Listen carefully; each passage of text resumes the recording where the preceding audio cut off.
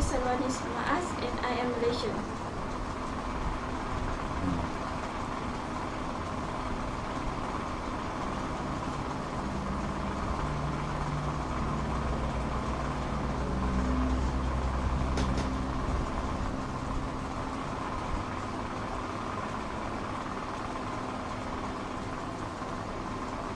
Assalamualaikum. I want to talk about me and my husband and his family problem since 2007 until now. 2007, I married with Nasir Mahmud Qadri, and that time he in UAE, and Alhamdulillah he have own limited company and karate center in UAE. That time also he and all his Pakistani family have a resident UAE visa. That time he come, we married in 16 August 2007. Me, my parents and my uncle received him in KLIA airport. The same day my uncle also bring his Pakistani friend, one Pakistani friend Malaysian, and both treat my husband very bad and talk also with him very bad style. Then we go to Penang Islamic Center for nikah matter, and in that center officer also, I mean the Malay officer, talk with me in Malay very long. They talk very bad about Pakistan people, and they ask me please don't marry with him. But then I ask, I still want marry, so they give me advice if I want marry with him, so please just stay in Malaysia and don't go outside Malaysia.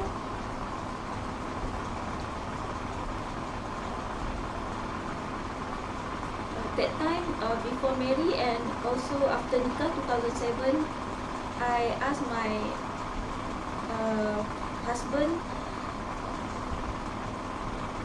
inshallah you will not face any problem in Malaysia, and we will get IC direct and no need to wait like other people very long to get IC, because my uncle is that time is Prime Minister Abdullah Ahmad Badawi, and also another uncle is the Penang Governor, Tun Haji Abdul Rahman Abbas.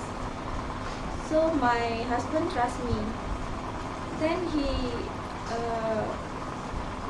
find a place to rent in Penang to open the business near the mosque, and he already rent that place, and many times he go mosque to pray, and many people in mosque ask him, Malaysia is a corrupt country, and if you want something you can get if you give money, bribe money, or you have a link.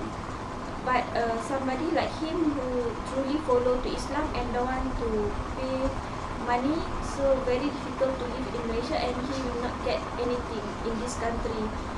So after many people talk like that, he returned the shop key to the owner and take back the deposit money. But after I know and I asked him why he do that, so he explained to me, and that time I asked him, inshallah don't worry, because I have a link. If he don't want to use the back door, so we can ask my uncle Abdullah Haji Ahmad Badawi or the Penang Governor, so maybe they can help us and he will get the IC.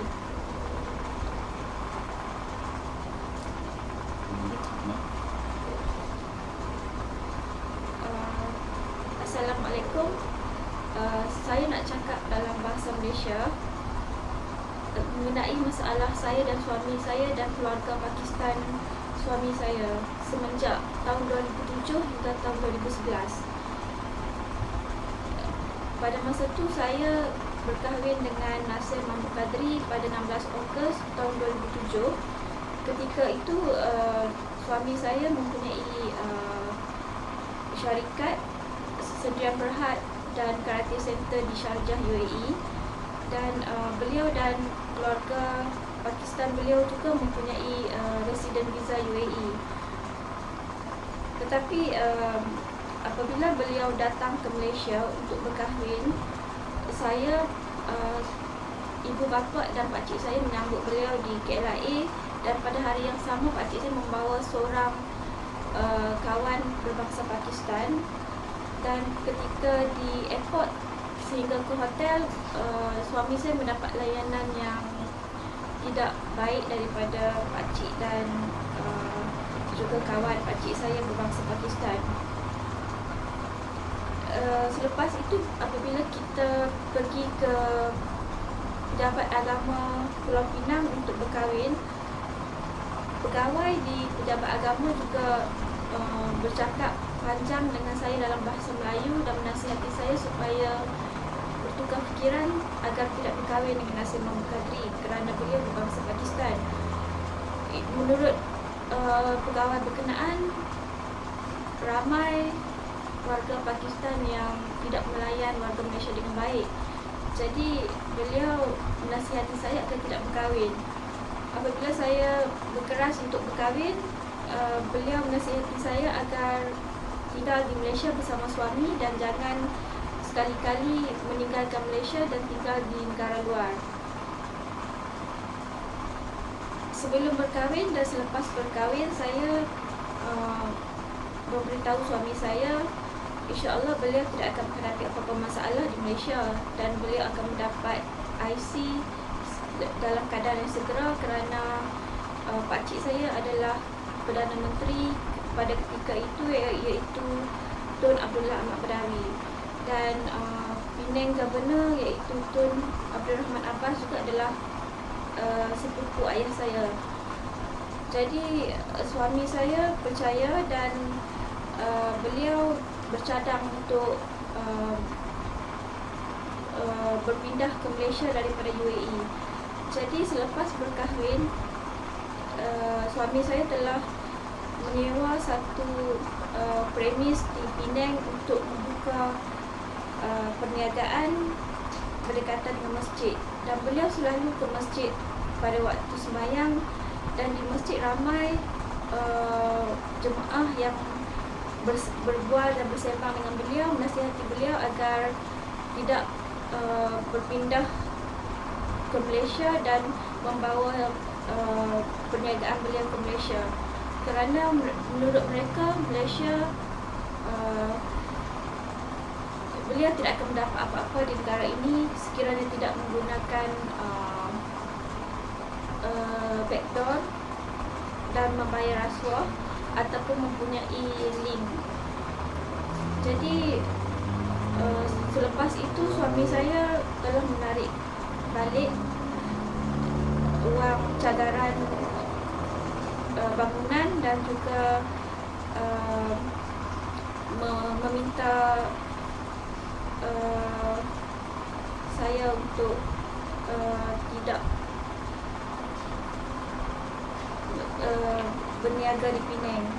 Walau bagaimanapun saya bertanya kepada beliau kenapa, dan selepas beliau menerangkan kepada saya, jadi saya menasihati beliau agar jangan bimbang kerana insya-Allah walaupun beliau tidak menggunakan link, beliau tidak menggunakan backdoor dan rasuah, tetapi saya boleh mendapatkan IC untuk beliau dengan menggunakan link, kerana saya pakcik saya Abdullah Ahmad Badawi adalah ketika itu Perdana Menteri dan juga sepupu ayah saya adalah Penang Governor.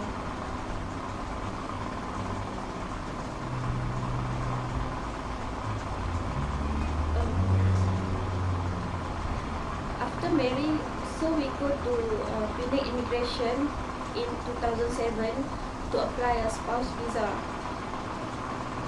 But that time, the immigration officer asked me to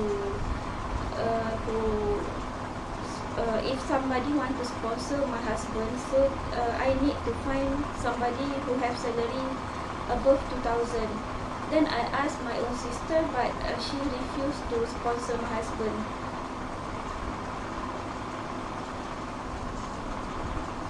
pada tahun 2007 saya dan suami ke Immigration Pulau Pinang untuk memohon visa spouse. Tetapi pegawai immigration meminta saya mencari seorang penaja yang mempunyai gaji melebihi 2,000 untuk menaja suami saya. Selepas itu saya meminta kakak saya untuk menaja suami saya, tetapi beliau tidak bersetuju. Then we meet one my uncle who also knows silat. So after talk with him, so he advised me and my husband to go KL and open business and karate center in KL. Selepas itu saya dan suami berjumpa dengan pakcik saya yang mengajar silat di Pulau Pinang, dan pakcik saya telah menasihati kami berdua untuk ke KL dan membuka perniagaan dan karate center di KL. After come KL and we find a place to open the business, so my husband go back to UAE and he bring some money to Malaysia for investment, and he also tell me that time in UAE he meet many people and mostly they ask him he do a very big mistake because he invest money in Malaysia, and also he will see his business from UAE to Malaysia. But at that time I again said to him, don't worry, because all my life I find that Malaysia is a very nice country and I don't face any problem in Malaysia. So insyaAllah he also will not face any problem. Selepas ke KL dan mendapat tempat untuk membuka perniagaan, suami saya telah pulang ke UAE dan beliau kembali ke Malaysia dengan membawa wang untuk pelaburan. Dan selepas ke Malaysia, beliau memberitahu saya bahawa beliau telah berjumpa dengan ramai orang di UAE yang menasihati beliau agar menukar fikiran, kerana menurut mereka beliau membuat satu kesilapan besar kerana melaburkan wang di Malaysia, dan kelak beliau juga akan menutup syarikat di UAE dan berpindah ke Malaysia. Tetapi pada ketika itu saya sekali lagi memberitahu beliau agar jangan bimbang, kerana seumur hidup saya mendapati Malaysia adalah sebuah negara yang aman dan sejahtera, dan juga ketika itu saya tidak tahu tentang rasuah, tentang pegawai kerajaan yang terlibat dengan rasuah, agensi-agensi kerajaan dan sebagainya. Jadi saya sekali lagi menasihati beliau agar jangan risau, beliau akan mendapati negara ini adalah sebuah negara yang bagus. In 2007, we go to Putrajaya Immigration to apply his spouse visa. Then that officer asked to open a business my name. But my husband asked me that is out of Islam way and cheating, because through he who invest all the money 200,000 and I cannot invest even 1 ringgit. So he asked why everything is my name, and then I asked him why he cannot put my name, because if that mean he not trust me, because think I want to take his money.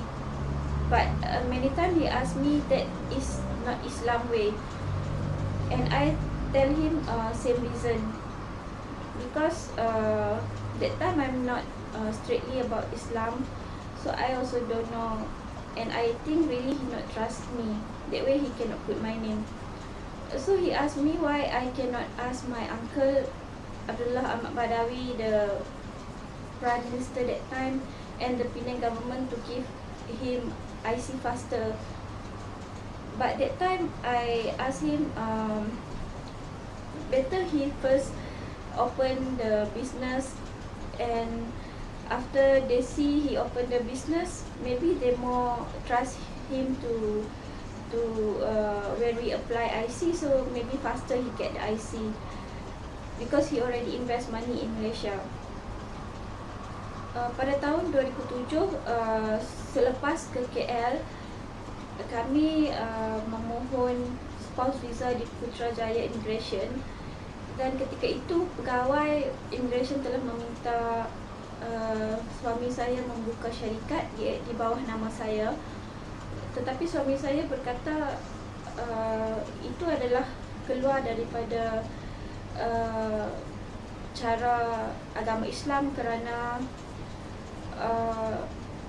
syarikat berada di bawah nama saya walaupun beliau adalah suami. Dan sebetulnya beliau yang telah melaburkan wang sebanyak 200,000 dan saya tidak melaburkan walau 1 sen pun. Jadi kenapa semua di bawah nama saya? Pada ketika itu saya bertanya beliau adalah adakah beliau tidak percaya kepada saya? Kerana itukah beliau tidak mahu meletakkan syarikat bawah nama saya? Tetapi berulang kali suami saya menjelaskan bahawa itu adalah cara yang bertentangan dengan ajaran Islam. Tapi ketika itu saya tidak faham kerana saya tidak mempunyai pengetahuan yang tinggi dalam agama Islam.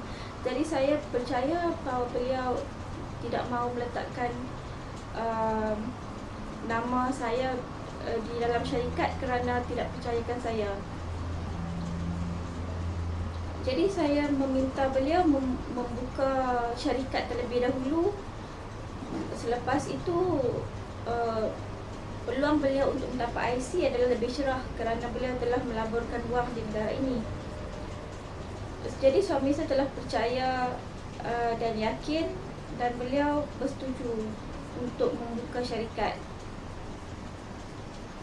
After he invest 200,000 money, my name, then we apply the spouse visa in Putrajaya Immigration. That time they also ask need a salary letter, and that time they say without salary letter so we cannot accept our application. So after that I make the salary letter and we apply the spouse visa, but they give my husband worker visa in supermarket. And before we apply the spouse visa, my husband also asked many times, after he get that spouse visa, can he do many business in Malaysia and also open a martial arts center? But immigration say yes, he can open many business and also a martial arts center after that visa. So after that they give him the worker visa, but that time we don't know that is a worker visa because we apply in the spouse visa section. After we open the supermarket, so my husband start to find a place to rent to open a karate center. But many the owner of the building asked him, this visa he cannot open that karate center because that visa is a worker visa and he only can work in one supermarket only. Then after that he go to Putrajaya Immigration and ask about that matter, and the officer in immigration asked him, they laugh and ask him, it's true he cannot open other karate center and only can work in supermarket. But if he want to open the martial arts center, so he must open one more, the Sendirian Berhad company under my name also, and apply a martial art teacher in that center, and then the immigration will cancel his supermarket visa and stamp the martial art coaching visa in my center for my husband. So my husband asked that officer. Before he asked them, they say they can open. He can open many business, no problem, and also that a spouse visa. But why now they give him a worker visa and he cannot open other business? So that officer just laughed and said, just follow that way if he want to open a martial arts center.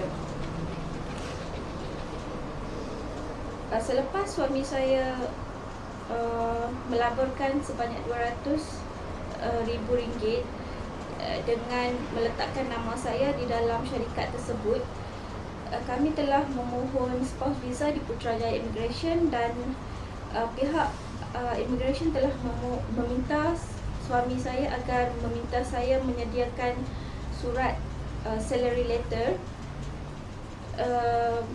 Tetapi suami saya ketika itu bertanya kenapa kenapa saya perlu menyediakan surat kerja, kerana sebetulnya beliau adalah the owner dan beliau juga telah melaburkan semua wang.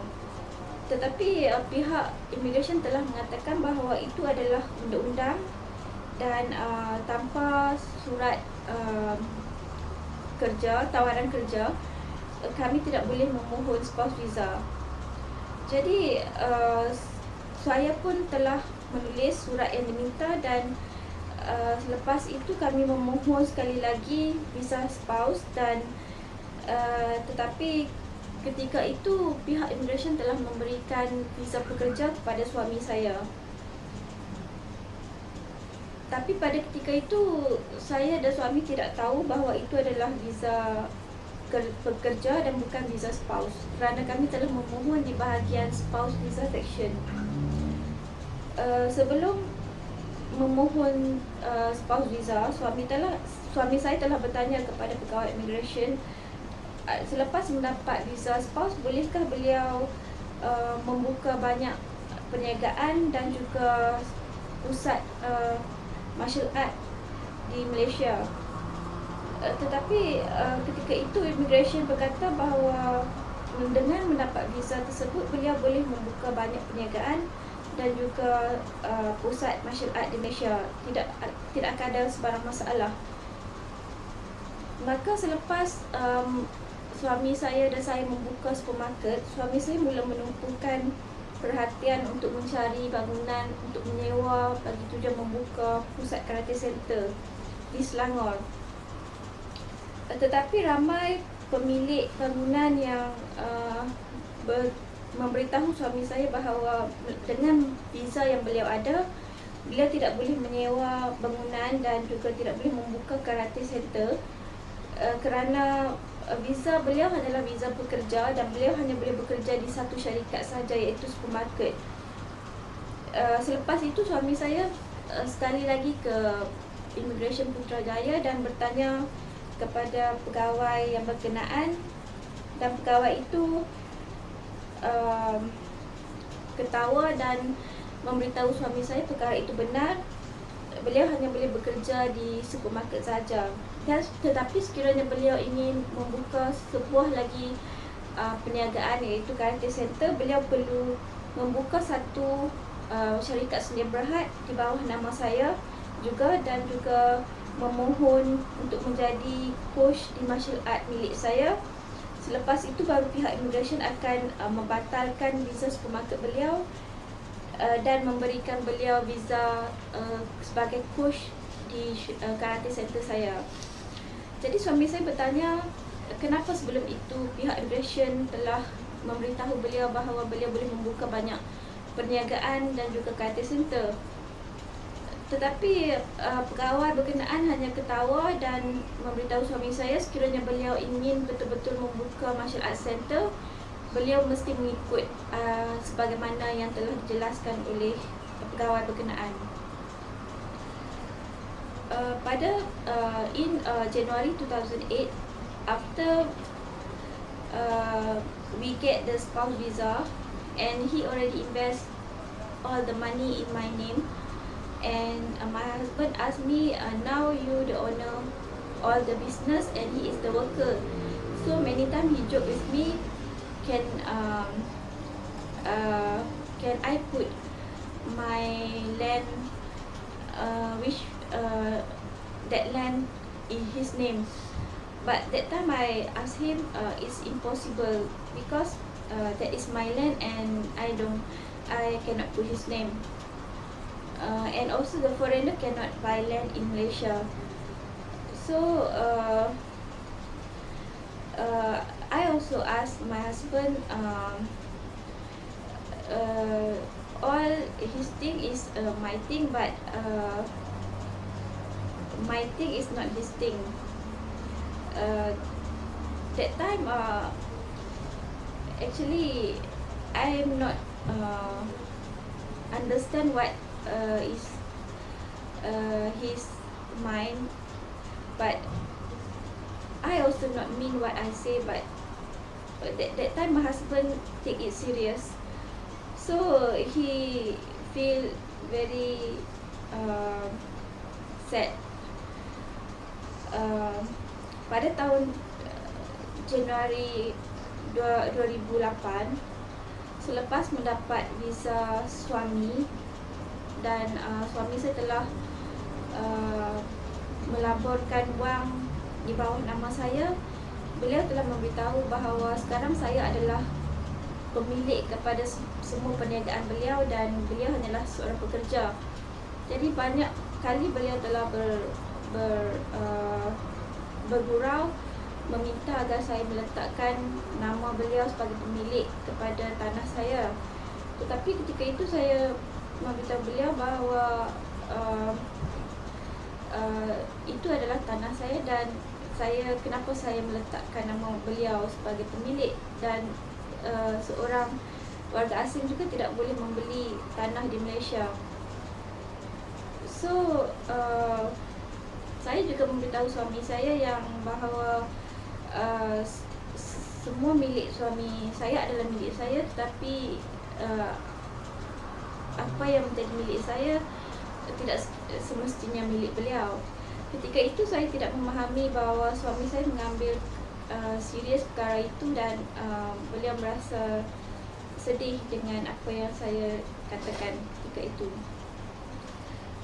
End of January 2008, my husband asked me, this is the last time he go back UAE, and he will close his company and also will cancel the UAE visa and bring the UAE account, all the money what left in UAE to Malaysia. So in future, if any money problem, so who help him? Because he cannot see me or my family, anybody support him. And I also say last time I cannot put the land his name. Even he already put all the business my name. So that time I said in future no problem, if any happens, so I will sell the land.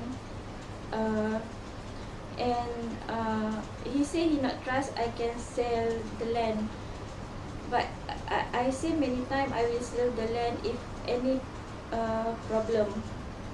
So after that he take my dad promise and he trust me, so he go back and close the UAE company and bring all the UAE money to Malaysia.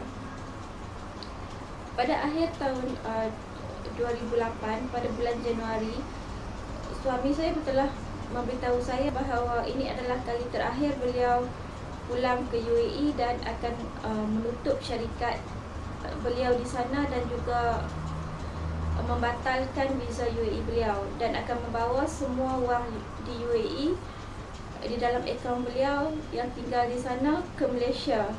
Jadi sekiranya sesuatu berlaku masalah kewangan pada masa hadapan, siapakah yang akan membantu beliau, kerana sehingga ketika itu beliau tidak melihat saya ataupun keluarga saya dan sesiapa di Malaysia yang menyokong beliau dan juga membantu.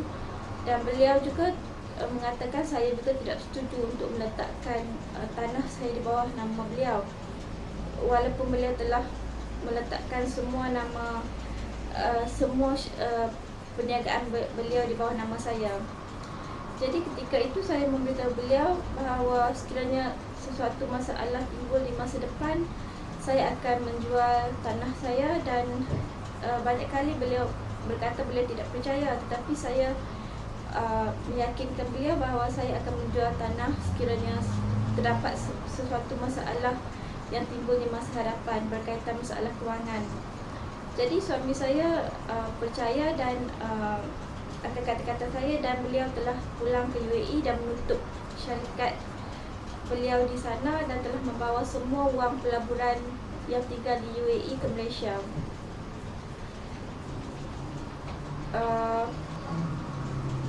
That time my husband, wife and kid also live in UAE and have a resident visa, UAE visa. But then he bring all the family in Malaysia in 2008 because need somebody to help in supermarket and also daily life matter. And after his family arrived in Malaysia, so he apply for his wife the director visa in Putrajaya immigration, but then the Putrajaya immigration refused to give her the visa. After he get that refused letter, so he go to immigration and ask the reason. So the immigration officer asked my husband to go inside the room and said the reason is because he cannot pay the bride money, and if he want his wife to get the director visa, so he must pay 6,000 ringgit. So my husband asked that officer why he must pay that 6,000 ringgit, because bride is haram in Islam. So both who take and give will enter Jahannam. But that officer said to my husband that money is not the bride money, that is the help money, because he need his wife to get the director visa, and that officer salary is very small, so they need the money. That mean my husband and that both officer is help each other. But my husband refused to give him any bribe and asked impossible he give because it's haram in Islam. Then that officer asked my husband that time Sayyidina Rasulullah SAW time the bribe is haram, but now it's not haram. And that officer also challenged my husband and said if he have power, so he can try to get his wife the director visa without pay the bride money 6,000 ringgit.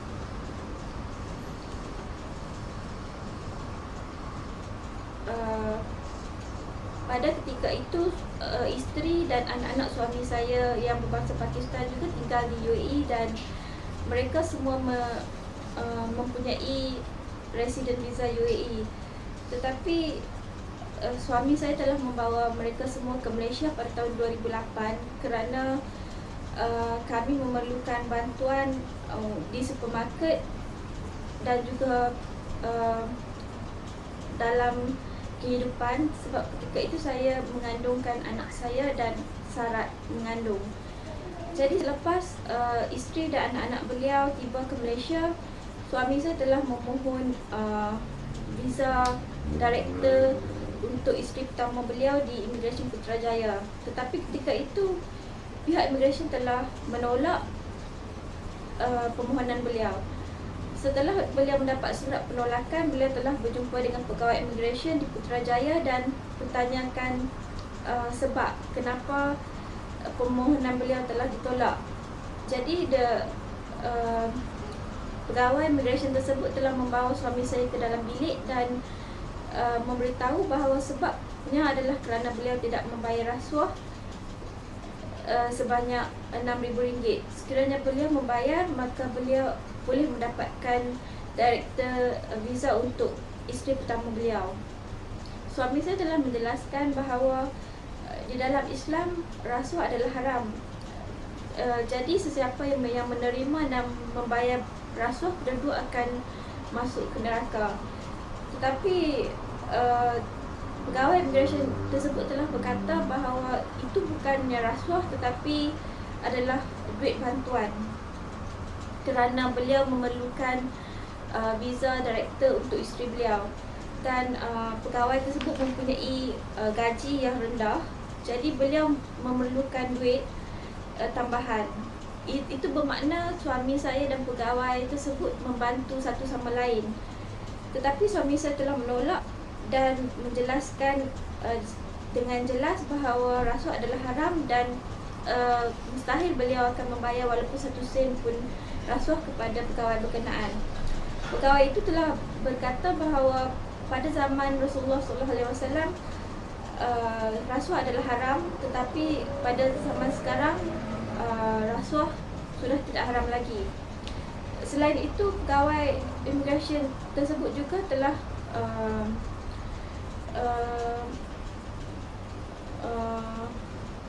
berkata kepada suami saya, sekiranya beliau mempunyai kuasa dan tidak mahu membayar rasuah, beliau boleh cuba untuk mendapatkan visa director kepada isteri beliau, dan pegawai tersebut ingin melihat beliau berjaya ataupun tidak. After that, my husband again appeal the director visa for his first wife in Putrajaya Immigration, and he also go the 4th floor for the extension matter. And that time, Datuk Ishak stand in that section, and that time I also go with my husband, and we meet together many officer that time in that section, including the Datuk Ishak. That time Datuk Ishak talk bad with me and my husband, and my husband asked him, Islam is not permission, but Datuk Ishak asked that time kick out Quran Hadith Mubarak, and Malaysian law is number 1, and he also say he don't care any human right and humanitarian. Selepas itu, suami saya sekali lagi membuat rayuan untuk visa director untuk kepada isteri pertama beliau di Immigration Putrajaya. Dan selepas itu beliau ke 4th floor untuk tujuan menyambung visa tersebut. Dan ketika itu saya bersama suami saya, dan kami telah berjumpa dengan ramai pegawai immigration di tingkat 4, termasuklah seorang pegawai atasan iaitu Datuk Ishak. Ketika itu Datuk Ishak bercakap dalam bahasa Melayu dengan saya, dan beliau telah menjelaskan bahawa sekiranya beliau membantu suami saya sebagai warga asing di Malaysia, jadi bapa saya dan abang saya dan warga Malaysia yang lain tidak boleh mencari makan di Malaysia. Dan beliau juga telah bercakap dalam suara yang tidak baik dan mengeluarkan kata-kata yang bertentangan dengan ajaran Islam, iaitu buang Quran Hadis Mubarak, dan Undang-Undang Malaysia adalah nombor 1. Dan beliau juga telah menyatakan bahawa beliau tidak kisah mengenai dengan human right dan kemanusiaan. So after that, my husband make a police report many times, and also he go to the civil court and Islamic court and Prime Minister office, and also newspaper and foreign affair, and also many other department, and try to find justice and ask why immigration Datuk Ishak said kick out Quran Hadis Mubarak and Malaysian law is number 1, and why he get the worker visa even he invest real 200,000 ringgit in Malaysia, and why he need to pay the bribe money 6,000 ringgit to apply his wife director visa.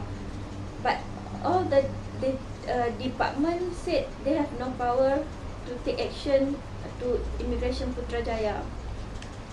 Selepas itu, suami saya telah membuat banyak polis report, dan juga beliau telah ke Mahkamah Sivil dan juga Mahkamah Syariah, juga telah ke pejabat Perdana Menteri dan Surat Khabar dan Foreign Affairs, dan juga banyak jabatan-jabatan kerajaan yang lain untuk memohon keadilan dan bertanya kenapa Datuk Ishak telah mengeluarkan kata-kata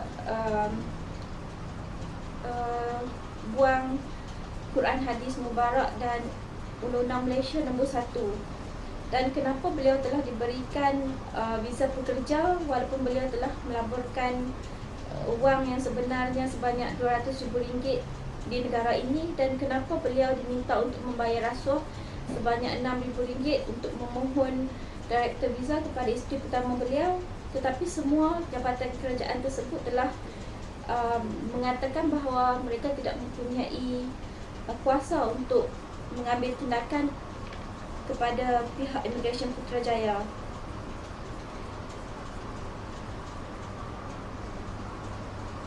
Selepas itu, pihak Putrajaya Immigration mengetahui bahawa suami saya telah pergi ke banyak pihak untuk memohon bantuan, tetapi beliau gagal untuk mengambil sebarang tindakan kepada pihak immigration. After that, the 7th floor in Putrajaya Immigration Section, mean the Director General that time, Datuk Wahid, already approved his Pakistani wife and kids extend visit pass. So they asked him to take that approval letter and go to the 3rd floor to stamp the extension visa.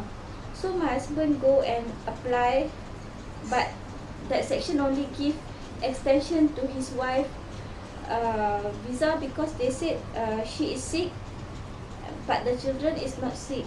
So why they cannot leave Malaysia? Only the wife stay in Malaysia. So my husband again go to the 7th floor Immigration Director General Datuk Wahid office, and his secretary said to my husband that 3rd floor is crazy because the mother and the kids of course must live together, and Datuk Wahid already approved both for mother and kids visa, not only for the mother. So they that woman again called the 3rd floor immigration and then asked my husband to go again and apply his kid extension visa. But the 3rd floor immigration asked my husband to come tomorrow and not that day. So my husband go again the next day and ask them about the extension matter, but they asked my husband did he have now his Pakistani wife passport. So my husband say yes, he have. Then the officer asked that passport and he give to the officer. After they get the passport, so the officer already cancel his wife extension visa which they approved the day before, and said to my husband he must go to the 4th floor and pay the compound and then get the permission to leave Malaysia. So that officer challenged to the Datuk Wahid office order.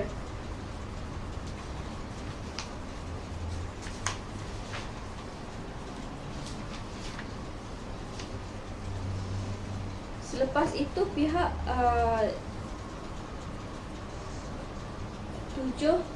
tingkat 7 Immigration Putrajaya, iaitu pejabat Datuk Wahid yang ketika itu adalah Ketua Pengarah Immigration, telah meluluskan untuk menyambung visa lawatan isteri pertama suami saya dan anak-anak beliau, dan mengarahkan suami saya agar beliau mengambil surat tersebut dan seterusnya ke tingkat 3 immigration untuk stamp the sambungan visa tersebut.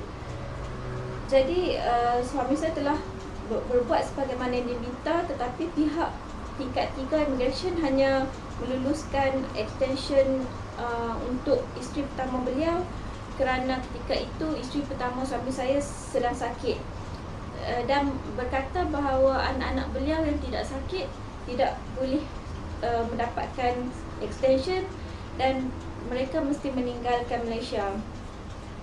Jadi suami saya sekali lagi pergi ke tingkat 7, iaitu pejabat Datuk Wahid, dan ketika itu Setiausaha Datuk Wahid telah berkata bahawa tingkat 3 immigration gila kerana sudah tentulah ibu dan anak tinggal bersama-sama di Malaysia ataupun bersama-sama meninggalkan Malaysia.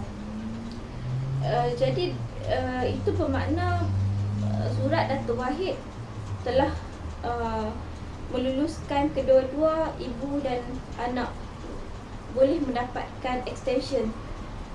Jadi Setiausaha Datuk Wahid telah menelefon ke tingkat 3 dan sekali lagi meminta suami saya untuk pergi ke tingkat 3 dan mendapatkan extension untuk anak-anak beliau. Tetapi tingkat 3 immigration telah meminta suami saya agar datang besok dan bukan hari itu. Jadi suami saya ke sana pada keesokan harinya, tetapi pihak immigration tingkat 3 telah bertanya adakah suami saya mempunyai pasport isteri pertama beliau yang telah mendapatkan extension. Suami saya berkata ya dan telah menyerahkan pasport isteri beliau kepada pihak immigration Putrajaya. Ketika itu pegawai berkenaan telah membatalkan extension visa yang telah diluluskan pada hari sebelumnya, dan selepas itu meminta kepada suami saya agar ke tingkat 4 dan membayar compound dan seterusnya mendapatkan permission untuk meninggalkan Malaysia. Itu bermakna tingkat 3 immigration telah berlawanan dengan arahan pejabat Datuk Wahid. Pada tahun 2008, saya juga telah menghubungi seorang pegawai immigration Putrajaya yang bernama Encik Khairil bagi tujuan untuk bertanya beliau berkenaan dengan isteri pertama dan anak-anak suami saya. In 2008, I also contact with one immigration Putrajaya officer named Encik Khairil. That time he is the deputy director in spouse visa section. To ask him about that Pakistani family matter, and I asked Encik Khairil to see in my husband first wife passport who is she and who is this family. In 2008, I born a son, Muhammad Bilal, in Al-Zahra Hospital in Bandar Baru Bangi. So after that, we get my son birth certificate and also my kid card. And in both birth certificate and my kid card, they ask he is a Malaysian citizen.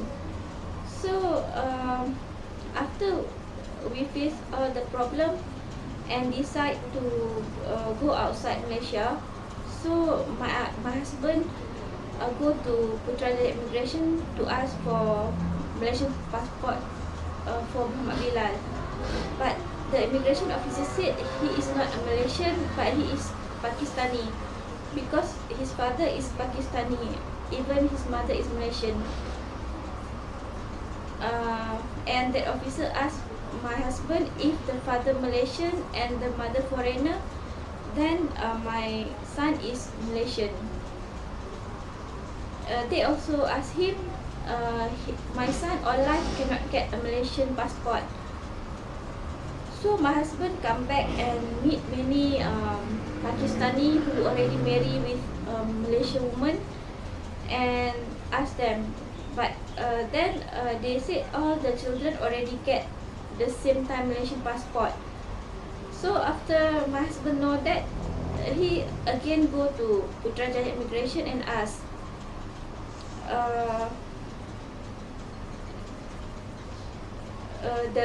ask that officer about that matter, but that officer just laughed and said it's true.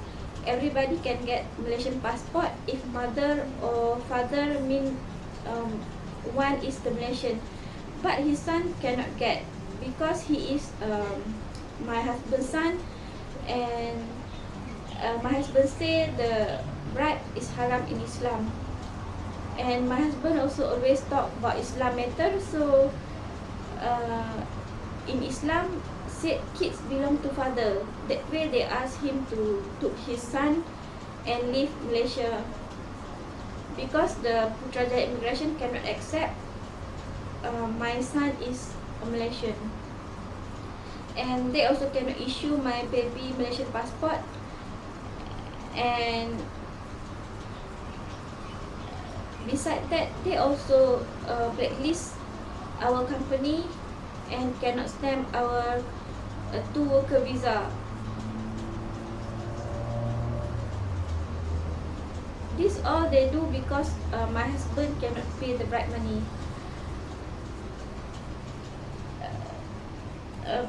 Since 2008 until now, we try many time to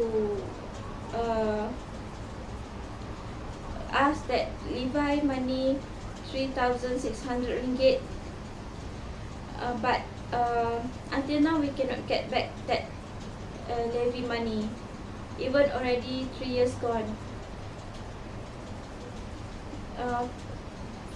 Since married until now,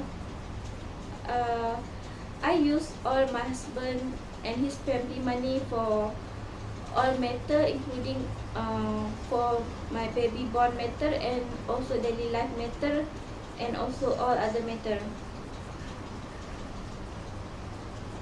Pada tahun 2008, saya telah melahirkan Muhammad Bilal, iaitu anak saya, di Azhara Hospital di Bandar Baru Bangi. Dan selepas itu kami telah mendapatkan sijil kelahiran dan juga my kid card kepada anak saya. Di dalam sijil kelahiran dan my kid card tertulis bahawa anak saya adalah warga negara Malaysia. Selepas menghadapi pelbagai masalah dan tidak boleh menyelesaikan semua masalah di Malaysia, kami telah bercadang untuk meninggalkan Malaysia ke negara lain, memulakan kembali kehidupan. Jadi ketika itu suami saya telah ke Immigration Putrajaya untuk memohon pasport Malaysia kepada anak saya Muhammad Bilal. Tetapi pihak Immigration Putrajaya telah berkata bahawa anak saya bukan warga negara Malaysia, sebaliknya beliau adalah berwarga negara Pakistan, kerana bapa beliau juga adalah warga negara Pakistan. Sekiranya beliau mempunyai ibu berbangsa lain dan ayah berbangsa maksud saya warga negara Malaysia, barulah beliau adalah warga negara Malaysia. Jadi pihak Immigration Putrajaya, pegawai tersebut telah mengatakan bahawa anak saya sepanjang hidupnya tidak akan mendapat pasport Malaysia.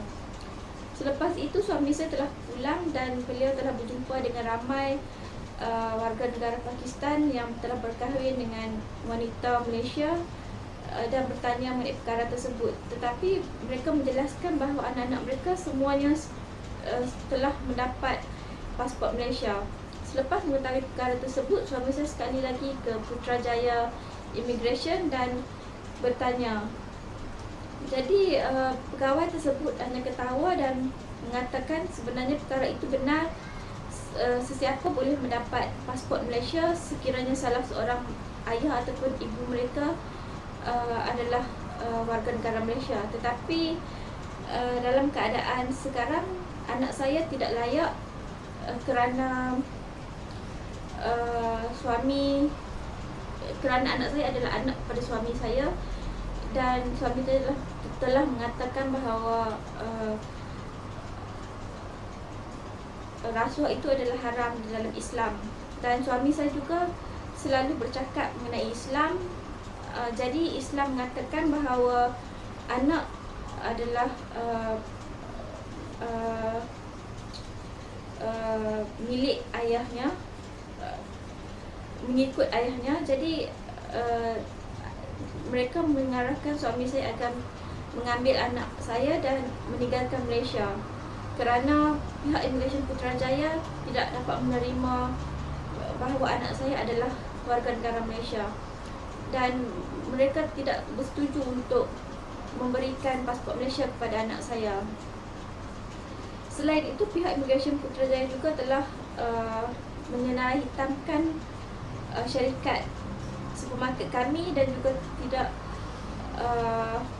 bersetuju untuk stamp visa pekerja kepada 2 orang pekerja asing kami. Dan juga walaupun telah memohon daripada tahun 2008 sehingga ke tahun 2011, lebih daripada 3 tahun, sehingga ke hari ini kami masih gagal untuk mendapatkan bayaran balik wang levy sebanyak 3,600 yang telah digunakan bagi tujuan membawa masuk 2 orang pekerja asing tersebut. Semenjak berkahwin sehingga ke hari ini, semua wang yang saya gunakan bagi tujuan sara hidup, bagi tujuan melahirkan anak, dan semuanya adalah wang suami saya dan keluarganya. So after that all happened, we have a money problem in 2008. So in June 2008, my husband asked me to sell my land because like I said before, if he have any financial problem, so I can help him with sell my land. So I asked my father to sell my land, because even that land is belong to me and my name, but my father name also in that land, and he have the grant. But my father don't want to sell that land because he not trust my husband, because my father worry he will take the money and run away, because in Malaysia some foreigner do like that. So my husband feel very sad because he invest own money 200,000 ringgit in my name already, and he also cannot took any money in business, and also cannot receive any salary from me. And I also asked before I can sell the land. So if we sell the land, so that money we will use together to go to other country, I mean outside Malaysia. And of course the investment money in Malaysia, he will left here, and my family can take that money. But I explained everything to my father, but he still refused to sell my land. Besides that, my father also asked me to bring my son and go back to Penang. Then I talked with my younger brother, and he come to my house and asked him to explain to my husband about what my father asked. So my brother come and he tell my husband, real my father want to sell the land, and also they try to get the loan, but uh, still nobody can buy that land, and also cannot get the loan in land matter. So my husband asked my younger brother to bring the land paper because he have friend who can help to get the loan for that land matter. But that time my brother asked my father, and my father refused to give the land paper to my brother, so he cannot bring that land paper and give to my husband.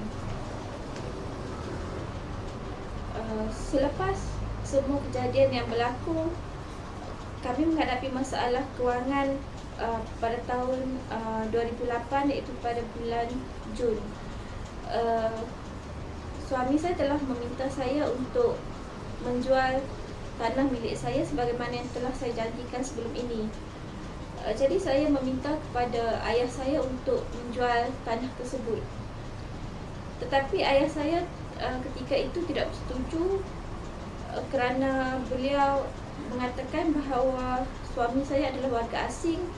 Jadi suami saya akan mengambil wang tersebut dan meninggalkan Malaysia dengan wang berkenaan. Suami saya merasa sedih kerana beliau telah melaburkan sebanyak RM200,000 di Malaysia di bawah nama saya, dan beliau juga tidak mengambil sesen pun wang saya, dan beliau juga tidak pernah mendapat sebarang gaji daripada saya walaupun beliau mendapat visa sebagai pekerja di supermarket milik saya. Jadi sekiranya saya menjual tanah, duit tersebut akan sama-sama kami gunakan untuk tujuan memulakan kehidupan yang baru di luar Malaysia. Dan wang pelaburan suami saya di Malaysia sudah tentulah akan diberikan kepada keluarga saya di sini. Jadi saya telah menjelaskan kepada keluarga saya perkara yang sama, tetapi ayah saya tetap berkeras dan beliau tidak setuju untuk menjual tanah. Sebaliknya, ayah saya telah meminta saya agar membawa anak saya dan pulang kembali ke Pulau Pinang. Saya tidak setuju dan telah meminta adik lelaki saya untuk datang ke rumah saya dan menjelaskan kepada suami saya berkenaan dengan soal tanah tersebut. Jadi adik saya telah menjelaskan kepada suami saya bahawa ayah saya ingin menjual tanah dan cuba membuat pinjaman dengan menggunakan geran tanah tersebut, tetapi sehingga ke hari ini tidak ada sesiapa yang ingin membeli tanah tersebut dan juga tidak boleh lagi mendapatkan pinjaman untuk tanah tersebut. Suami saya telah meminta adik saya untuk membawa geran tanah tersebut dan menyerahkan kepada beliau kerana suami saya mempunyai kawan yang boleh membantu untuk mendapatkan pinjaman dalam soal tanah. Selepas itu adik saya pulang dan menjelaskan kepada ayah saya, tetapi ayah saya tidak setuju untuk menyerahkan geran tersebut kepada suami saya. Jadi adik saya tidak dapat menyerahkannya kepada suami saya sebagaimana yang diminta. Semenjak berkahwin sehingga ke hari ini, suami saya banyak kali telah menasihati saya dan menjelaskan mengenai Quran dan hadis dan buku-buku agama, apakah tugas saya sebagai seorang isteri dan apakah ajaran Islam kepada seorang isteri, dan saya memahami apa yang beliau nasihatkan kepada saya.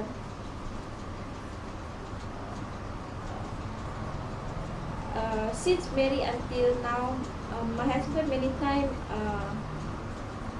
show me the Quran and Hadith Mubarak and also Islamic book about my duty as a wife and what is Islam order to me as a wife. And I understand all what he explained to me.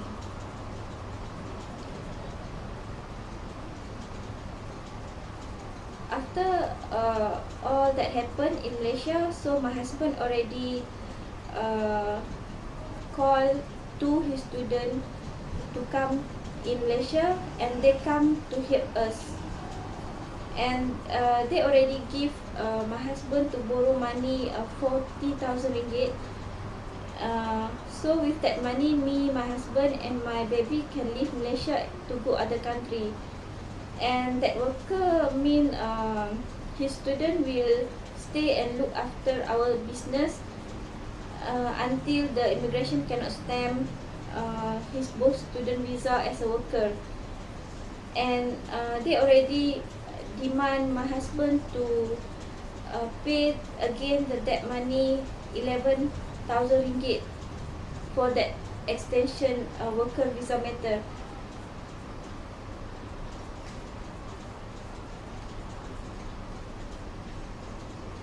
So immigration also warned my husband that within 1 month, if my husband cannot take my baby and leave Malaysia, so they will arrest my baby. He is overstay, so my husband must pay compound 10 to 30,000 ringgit. Selepas semua yang berlaku, suami saya telah meminta 2 orang pelajar karate beliau berbangsa Pakistan untuk datang ke Malaysia bagi membantu kami.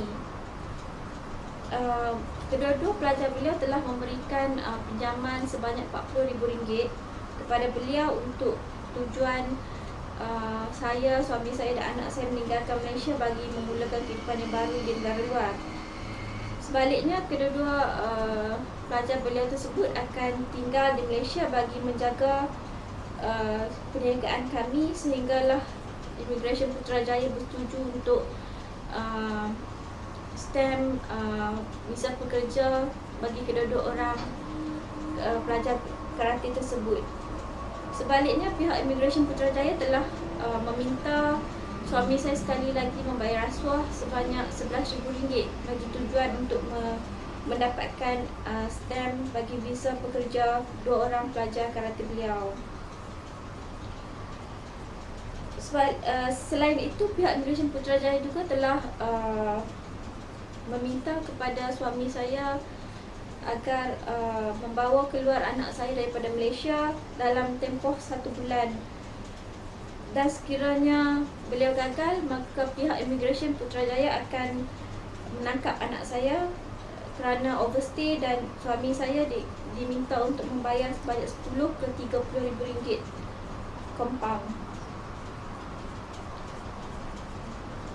After that, my husband saved my baby, Muhammad Bilal, and leave Malaysia with that his student money. That time he cannot take even RM1 my money, and also he cannot take his 200,000 investment money which already invest in supermarket matter. And all that he give to me, and he leave Malaysia with his Pakistani family and my baby Muhammad Bilal in 26 July 2008, and the same day they land in Bahrain. Selepas itu, suami saya telah menyelamatkan anak saya Muhammad Bilal dan meninggalkan Malaysia dengan wang pinjaman daripada pelajar karate beliau sebanyak RM40,000. Suami saya tidak mengambil sesen pun wang saya, dan beliau juga tidak mengambil kembali wang pelaburan beliau sebanyak RM200,000 dan telah dilaburkan bagi tujuan membuka supermarket di negara ini. Sebaliknya, beliau telah menyerahkan semua pelaburan tersebut kepada saya, dan beliau telah meninggalkan Malaysia bersama dengan keluarga Pakistan beliau dan juga anak saya Muhammad Bilal pada 26 Julai 2008. Pada hari yang sama, mereka telah land di Bahrain. Even my husband show many times Quran and Hadith Mubarak that wife is have no permission to leave home or permission anyone to enter home without husband permission. But after my husband leave Malaysia, that date 26 July 2008. So after few hours, I go outside the house and try to find them in airport KLIA. And I also go many places to find my baby. And the next day after they go, my husband contact with me and explain he take my baby. But in 28 July, I make a police report because that time many people in Malaysia ask me. Actually, before that, many people ask me about many things about Pakistan people, but I not trust them. So after my husband take my baby, I think what people say is true, and that time I not believe my husband. So I make a police report in 2008, 28 July. I also find some Pakistani men and ask their help. So they call my husband family in Pakistan and talk in Pakistan language, which I cannot understand what they talk. And they try to help me to again get my baby. And also some Pakistan men, which I ask help, also use a special police to disturb my husband parents and nephew. And they also use the bad words to call my husband mother and nephew. And police in Pakistan also arrest my husband brother-in-law, which looks like same like my husband style. So that time I asked the help from UMNO, Malaysia government, and that UMNO use Malaysia media and Interpol and also Pakistan Embassy and Pakistan government to help me to arrest my husband and get back my son. So that time I understand that I challenge to Allah and Rasulullah order and not follow Quran Hadith, which asked me to stay in house and not do what I do. That time Malaysia government also put my husband picture in media and also send my husband picture many country and show his face clearly. That is also out of Islam way and also challenge to international law.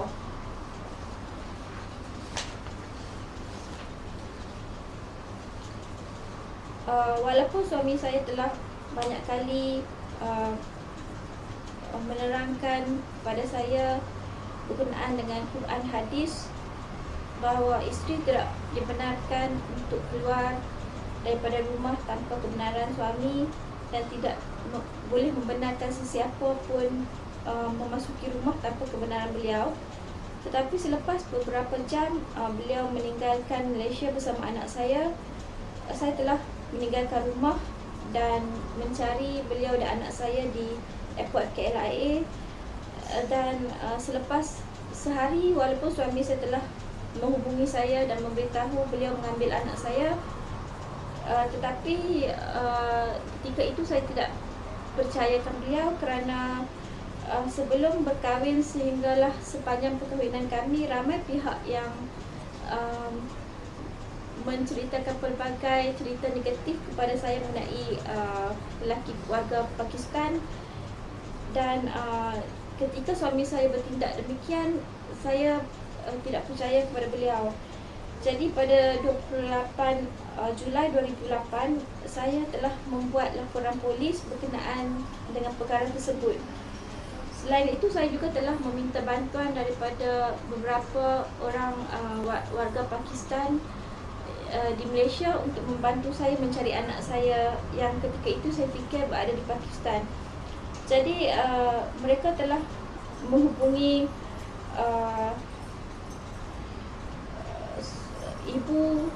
dan keluarga suami saya di Pakistan dan menggunakan perkataan yang buruk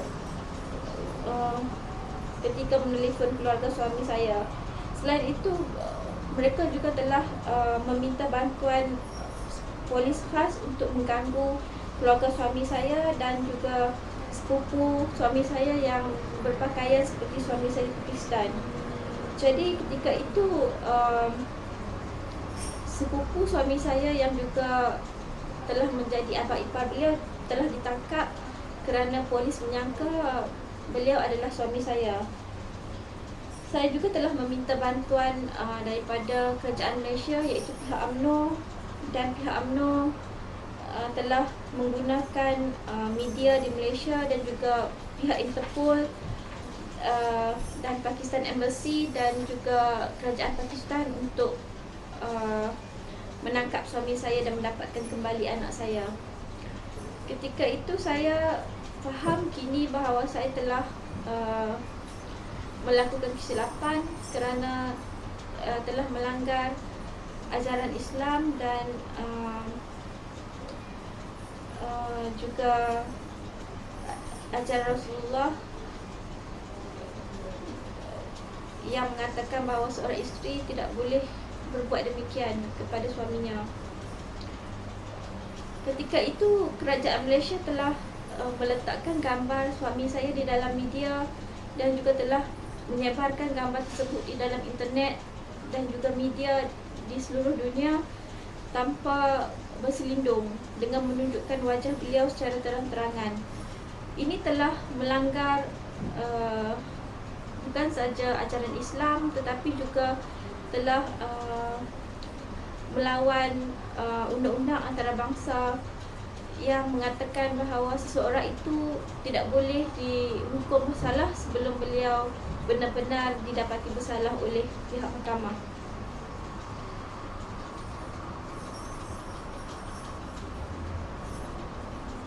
That time, Sekretariat Pembelaan Masyarakat and the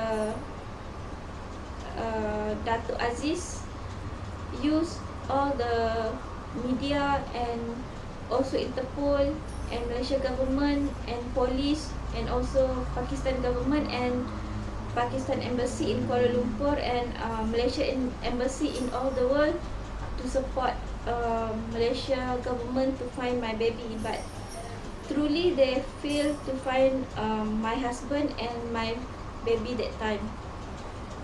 But after 3 months, so my husband himself contact with me and I asked him what Datuk Aziz do. So Datuk Aziz, after that I explained to Datuk Aziz, we already contact each other and asked him what he can do.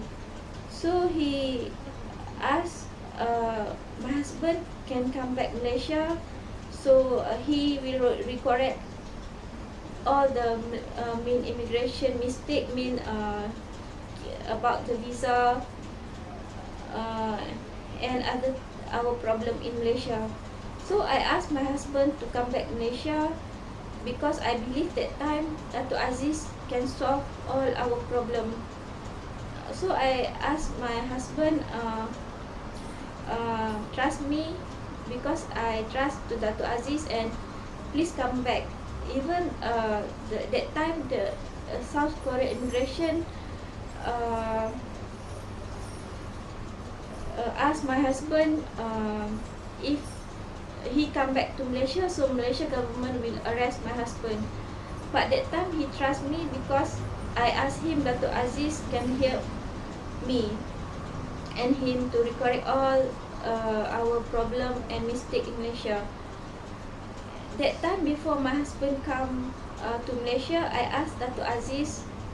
So Datuk Aziz already promised to me the day my husband come to Malaysia, so he and me will stand near the plane door and so that when my husband enter the KLIA airport from the plane, me and my husband and Datuk Aziz will together cross the immigration so nothing will happen to my husband and nobody will catch him. So after that, I trust Dato' Aziz word, and I explained to my husband what Dato' Aziz asked me. And my husband also trust, and he come back in 1st January 2009. So that time when he arrived in KLIA airport, that day I wait him outside the airport, but that time Dato' Aziz not come. He sent me message that morning that he have urgent matter and he cannot go to airport, so he already asked to his officer to go, but that officer cannot get the pass and try to find the pass that time. So that time my husband plane already arrived, so he already go to the immigration and find me and Dato' Aziz is not there. So the immigration arrest my husband, and they also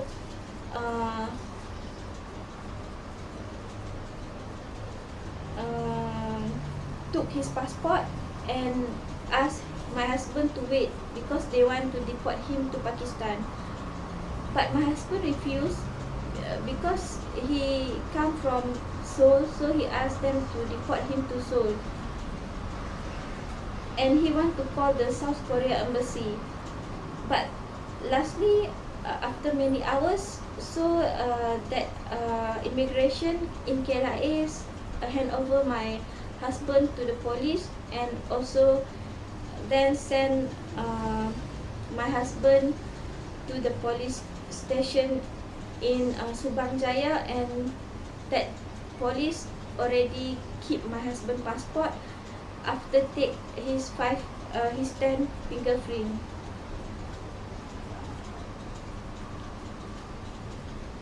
My husband asked the police officer that time why they arrest him, but the officer said because my husband used the illegal passport. Also all his family used the illegal passport, including my Muhammad Bilal, Malaysia's son, to leave Malaysia.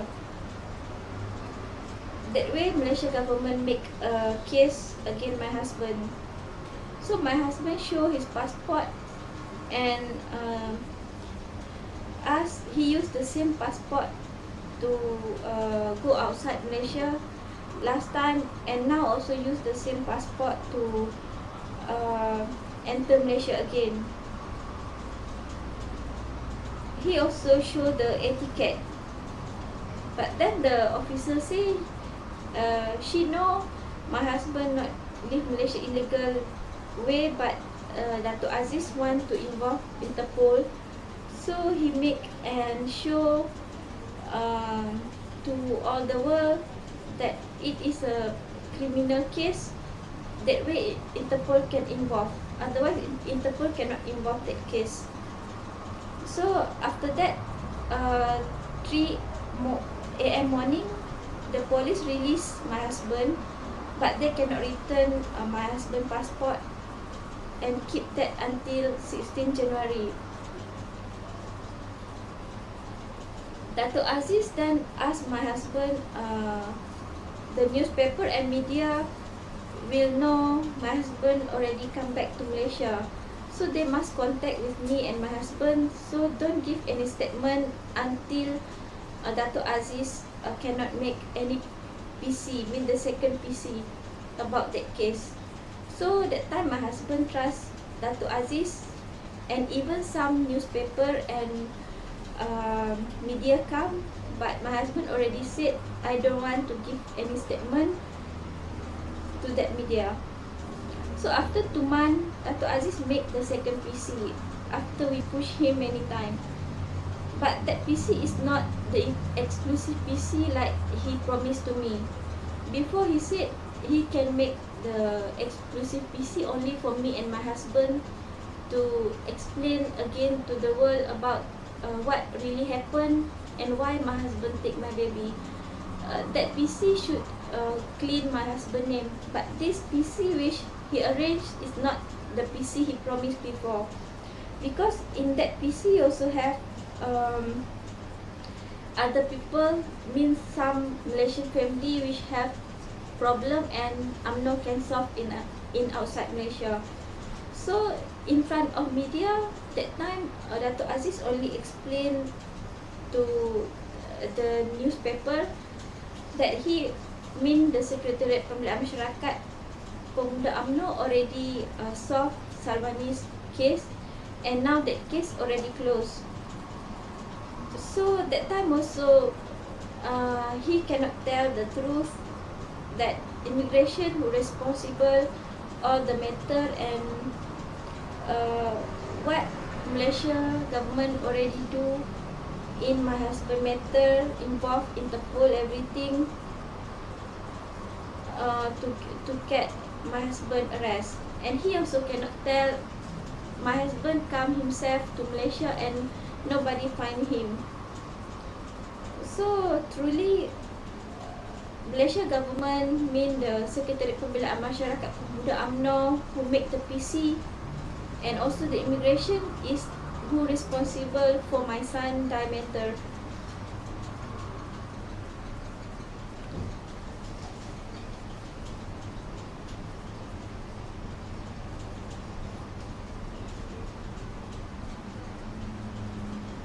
Pada ketika itu Dato' Aziz telah menggunakan media dan juga Interpol, Malaysia government, polis, Pakistan government dan juga Pakistan Embassy di Kuala Lumpur dan Malaysia dan seluruh dunia. Tetapi beliau telah gagal untuk mencari suami saya. Dan selepas 3 bulan, suami saya sendiri telah menghubungi saya dan saya telah memberitahu Dato' Aziz berkenaan perkara tersebut.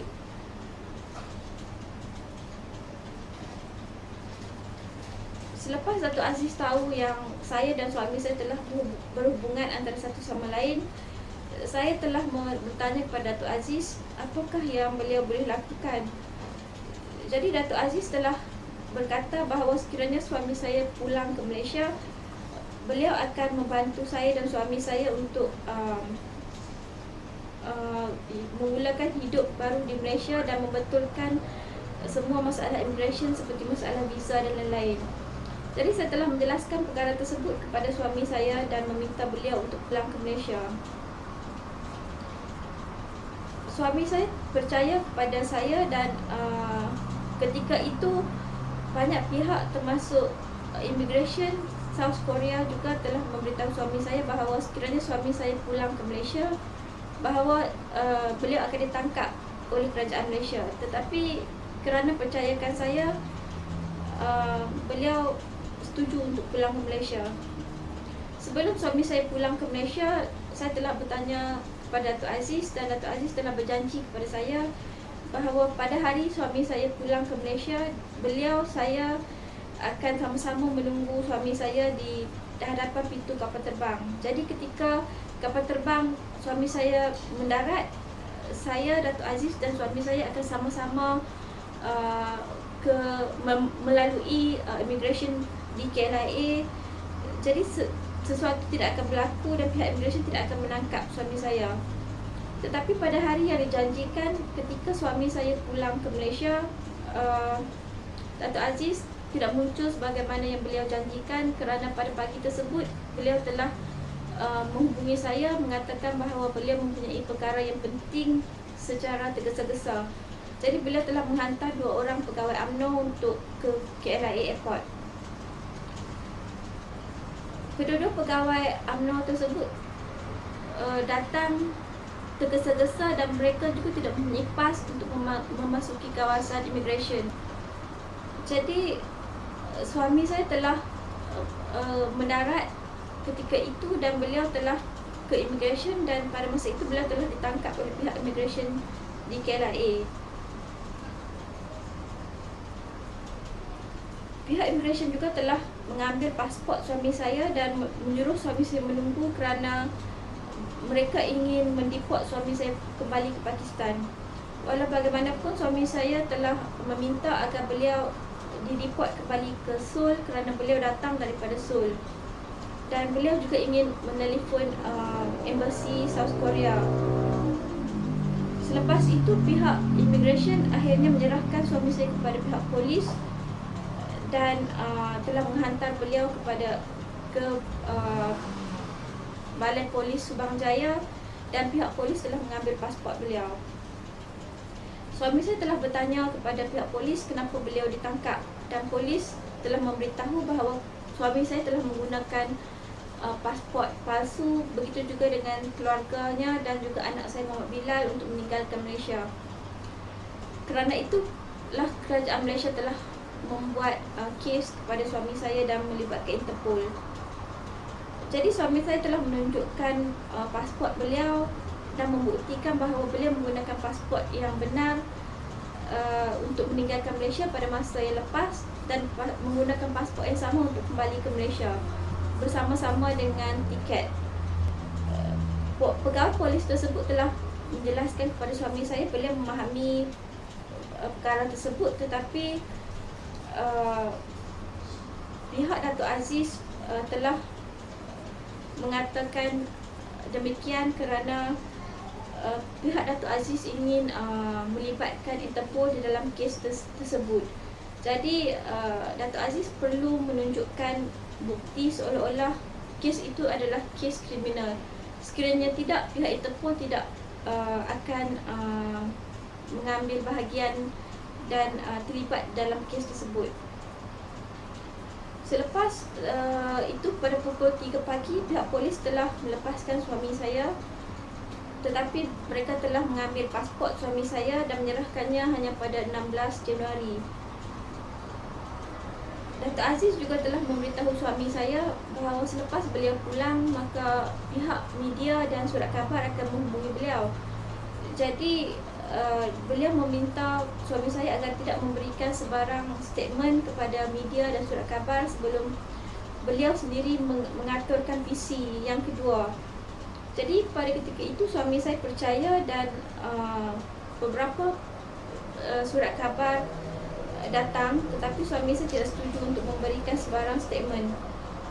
Selepas berkali-kali menggesa Datuk Aziz, akhirnya selepas 2 bulan Datuk Aziz telah membuat PC yang kedua, tetapi PC tersebut bukanlah PC eksklusif bagaimana yang telah Datuk Aziz janjikan sebelum itu.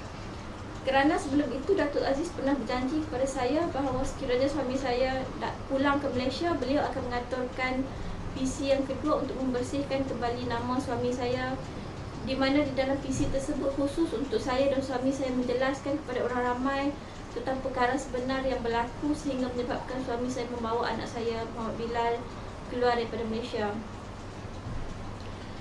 Tetapi PC yang telah Datuk Aziz anjurkan buat kali kedua hanyalah kecil, dan PC tersebut juga telah khususkan untuk beberapa keluarga lain yang semuanya mempunyai anggota keluarga bermasalah yang telah diselesaikan oleh pihak Datuk Aziz. Jadi di dalam PC tersebut Datuk Aziz cuma menjelaskan kepada orang ramai bahawa kes saya telah pun berjaya diselesaikan oleh pihak beliau dan kes itu telah ditutup.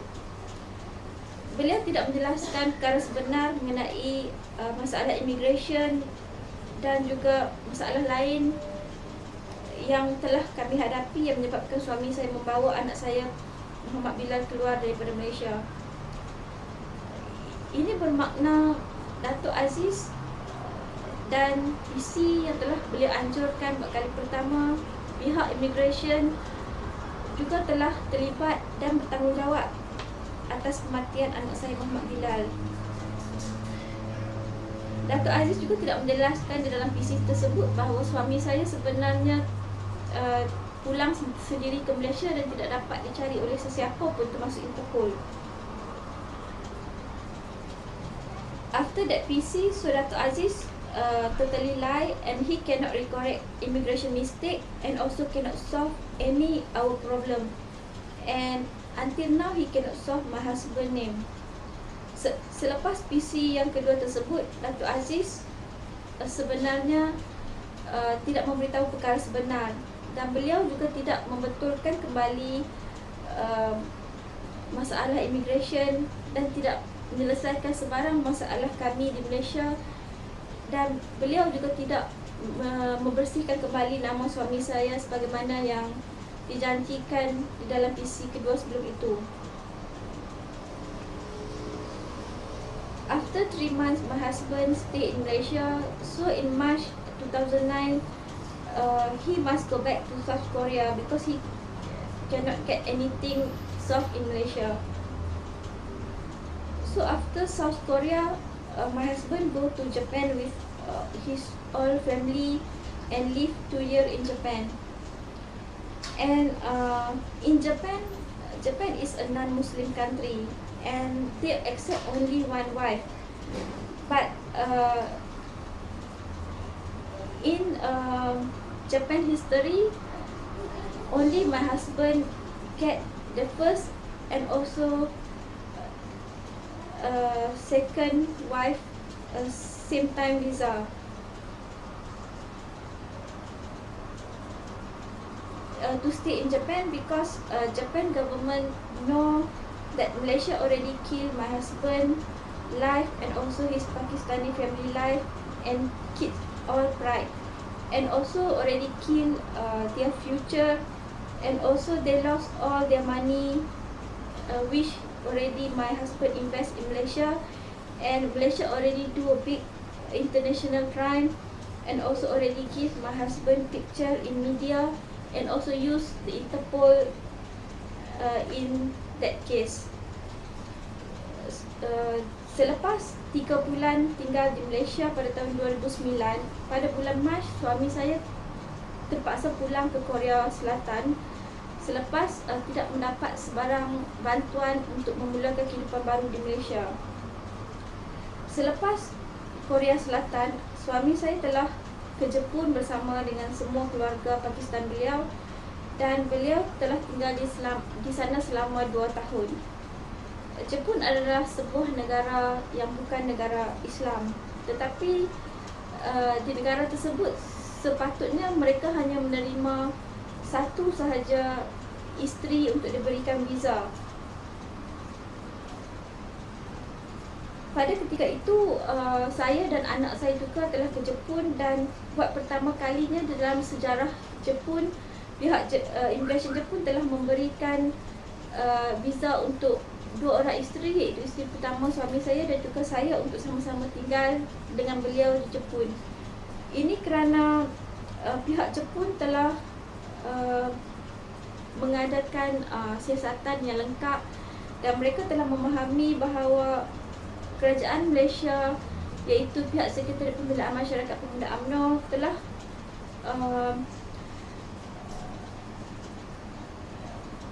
membunuh masa depan suami saya dan keluarga Pakistan beliau, dan juga maruah suami saya, isteri dan anak-anak beliau, dan juga masa depan beliau, kerana beliau dan keluarga beliau telah kehilangan semua wang pelaburan mereka di Malaysia, tetapi Malaysia telah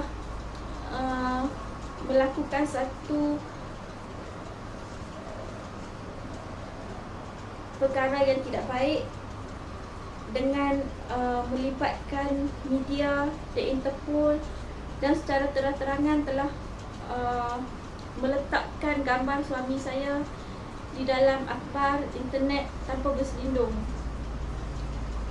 Kerana itu pihak Jepun telah membenarkan buat pertama kali dan kali terakhir membenarkan 2 orang isteri mendapat visa pada masa yang sama untuk tinggal di negara Jepun. After my husband enter the Japan, so Japan government give every month money to him and his wife and kids for daily need matter. So that time, that time me and my second son is not in Japan, so we need money in Malaysia. That money my husband send to us every month, and also my husband use that money, mean his Pakistani wife and kids money, for my second son born matter. and also that money he used to give me a ticket to go to Japan. So in April 2010, me and my son go to Japan, and after I go to Japan, my husband and his Pakistani wife and children treat us very well, and also every month give all expensive also to me and my son, even we have no money, so he use his family money for all our matter. So they already give me and my son a good life in Japan. Even that money he should use for his that family, and also his wife which sick, and also children school matter and other matter.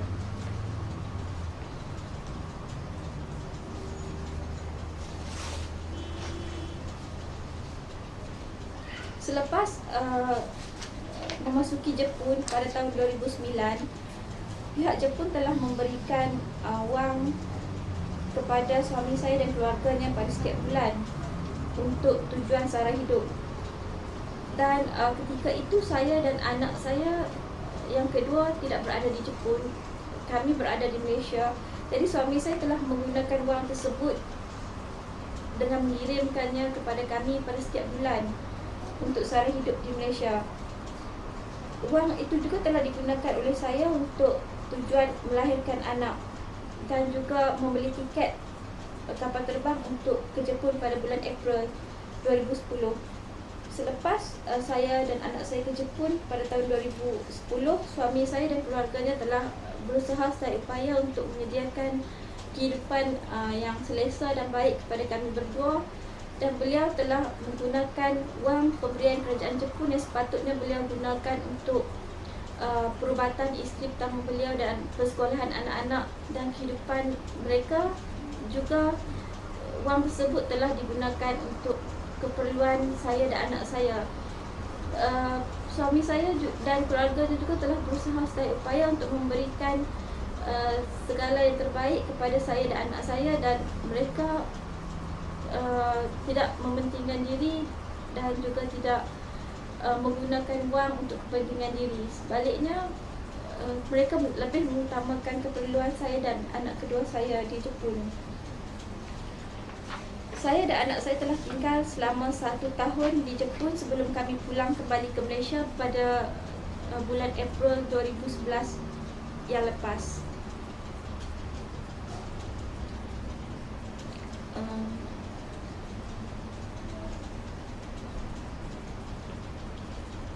After Japan make investigation and the investigation is complete, so Japan government asked my husband the result of that investigation show that me and Malaysia government is cheating, and because of that, so Japan immigration want to arrest me and my son and want to deport us to Malaysia.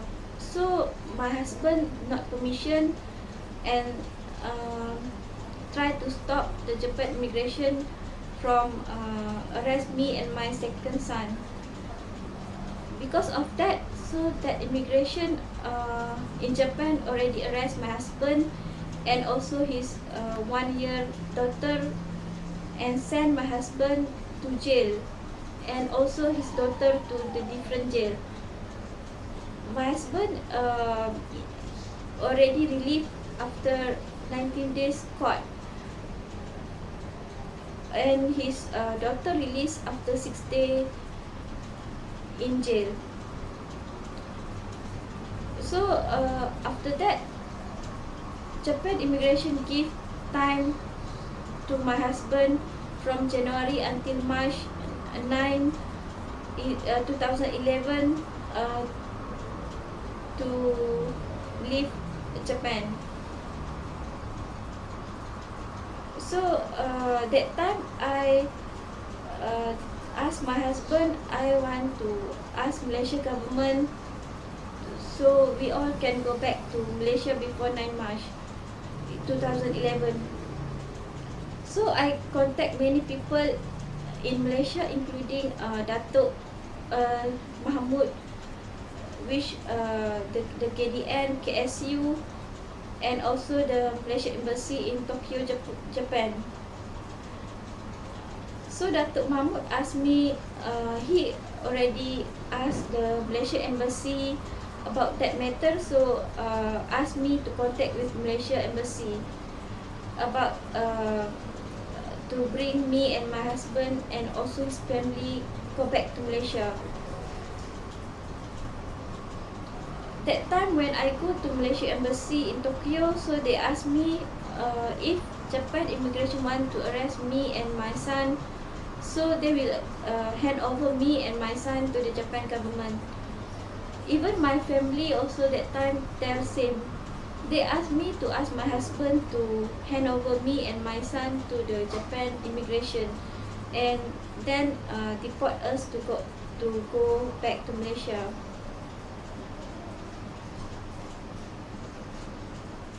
Many people in Malaysia ask me that why I still with my husband, because he used me for Malaysian passport matter and many things. So better I left that man and come back Malaysia with my son.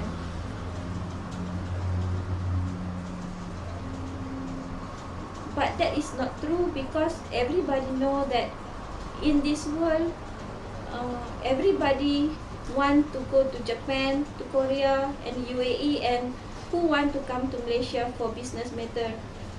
But my husband already go to many country before marry with me, and also he live in UAE with resident visa, and also live in Japan and Korea. But how he used me and how he come to Malaysia with all the investment money, that mean he not use me like other people say. So after many time try, before 9 March, a few days before 9 March, so I feel to ask Malaysia government about bring all family to Malaysia. So I asked my husband about that. So my husband asked me why after many days, and he trust me. So lastly I asked him, I fail, because he cannot have other way and cannot try other way before that to save him and his family life. So that time I asked him why he only trust to me and he cannot try other way same time. So he asked me, that time he trust me because I say to him that my family have many people link in Malaysia, and Datuk Mahmud also already, I already contact with Datuk Mahmud about to leave Malaysia about 9 March 2011, and Datuk Mahmud already make a meeting and many meeting, and also I already contact with Malaysia Embassy, but no result until now.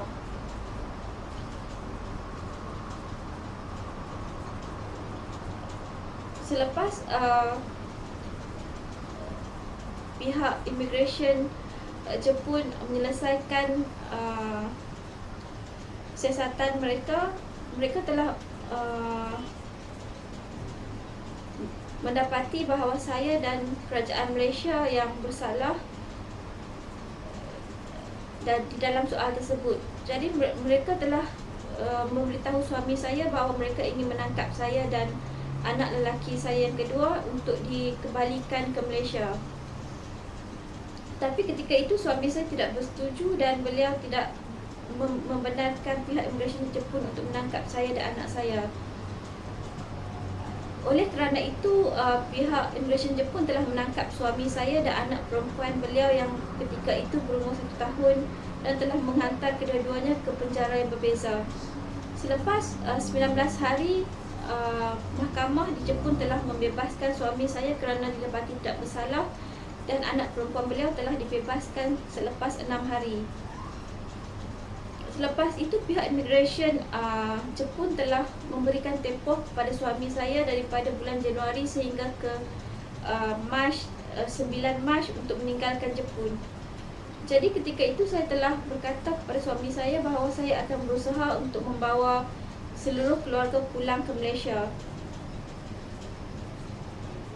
Saya juga telah menghubungi pelbagai pihak di Malaysia bagi tujuan tersebut, termasuklah Datuk Mahmud KSU di KDM dan juga Malaysia Embassy, dan memberitahu mereka bahawa kerajaan Jepun ingin menangkap saya dan anak saya, tetapi suami saya tidak setuju dan kerana itu beliau dan keluarga beliau juga diminta meninggalkan Jepun.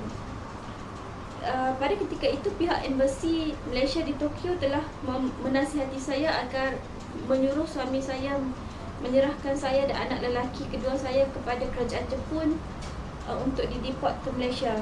Selain itu, pelbagai pihak termasuk keluarga saya juga telah meminta saya untuk menyerahkan diri kepada pihak Immigration Jepun bersama anak saya untuk dideport ke Malaysia.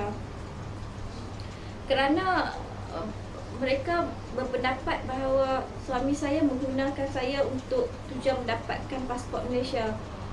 Perkara tersebut tidak benar kerana semua orang tahu bahawa sesiapa sahaja ingin ke Jepun, Korea dan UAE, dan jarang sekali orang yang mempunyai bisnes seperti suami saya ingin melaburkan wangnya di Malaysia.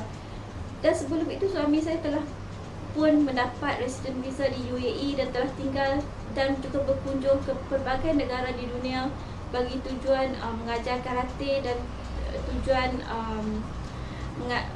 menjadi jurulatih dan juga pengadil karate di banyak-banyak pertandingan antarabangsa di pelbagai negara.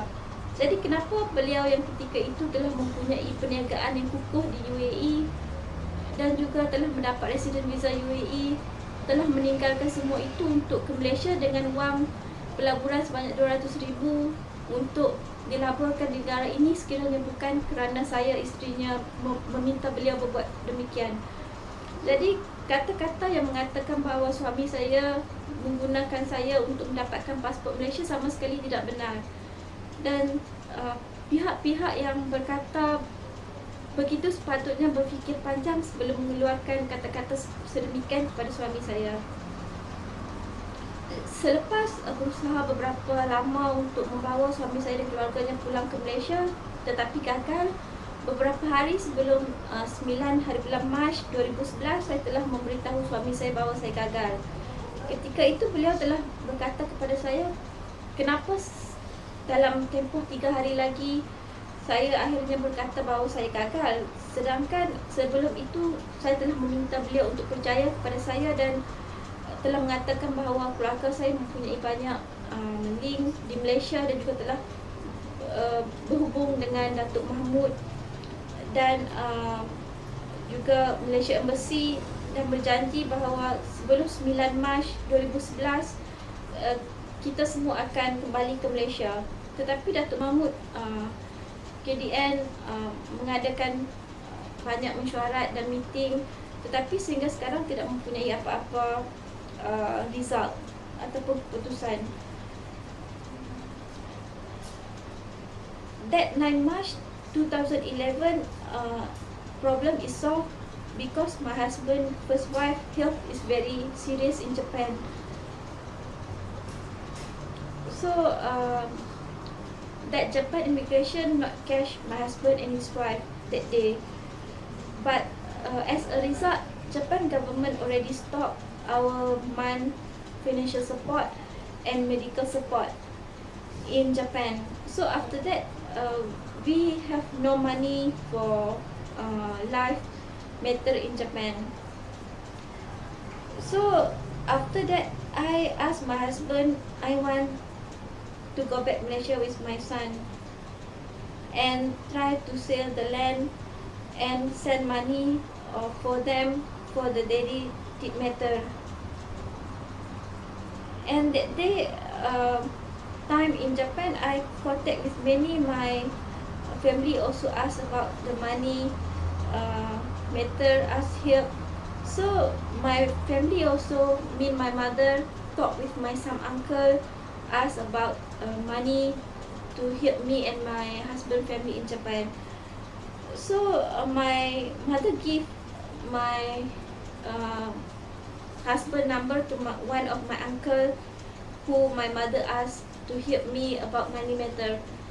And me and my mother that time really hope and trust that uncle can help to solve our money problem in Japan. So one day that uncle called my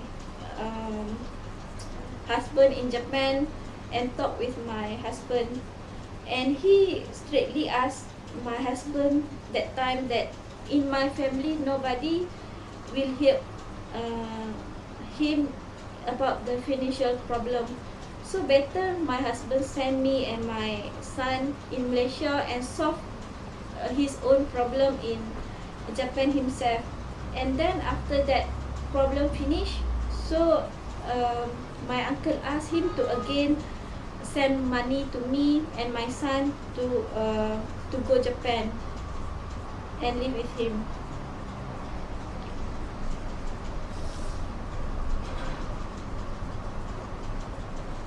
Masalah 9 Mac 2011 selesai kerana isteri pertama suami saya ketika itu sakit tenat. Jadi pihak Jepun tidak menangkap suami saya dan isterinya pada ketika itu. Walau bagaimanapun, pihak kerajaan Jepun telah menghentikan bantuan kewangan bulanan yang telah kami terima pada setiap bulan pada sebelum itu.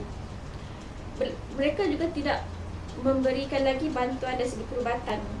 Ketika itu saya telah meminta kepada suami saya untuk pulang ke Malaysia bersama anak lelaki saya yang kedua.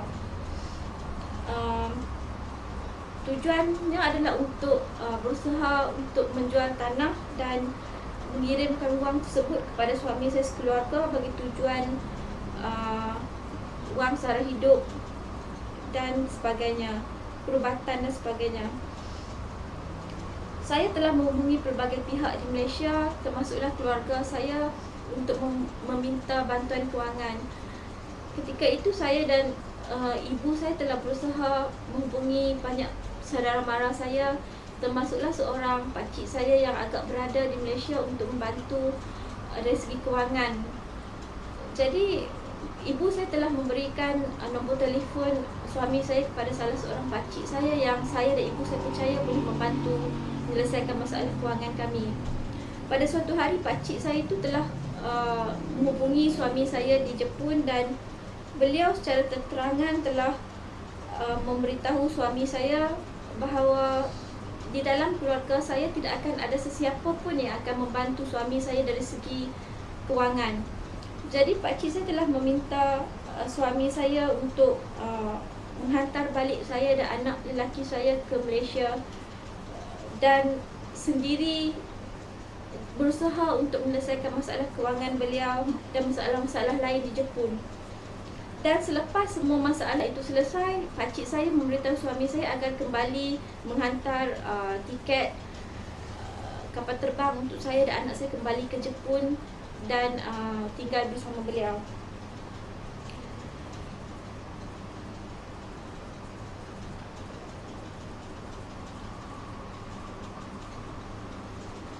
Ketika saya dan anak saya ingin pulang ke Malaysia, saya telah meminta ibu saya dan keluarga saya untuk menyediakan wang bagi tujuan tiket kapal terbang. Kerana ketika itu suami saya tidak berupaya untuk menyediakan wang bagi tujuan membeli tiket kapal terbang kepada saya dan anak saya. Jadi keluarga saya ketika itu telah meminjam wang daripada orang sebanyak lebih kurang RM1,700 untuk tujuan membeli tiket saya dan anak lelaki saya.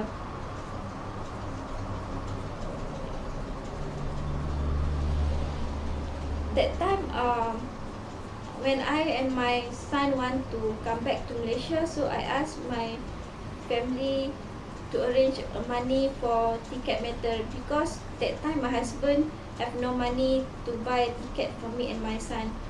So my family that time asked money from other people, about 1,700 ringgit for me and my son ticket matter.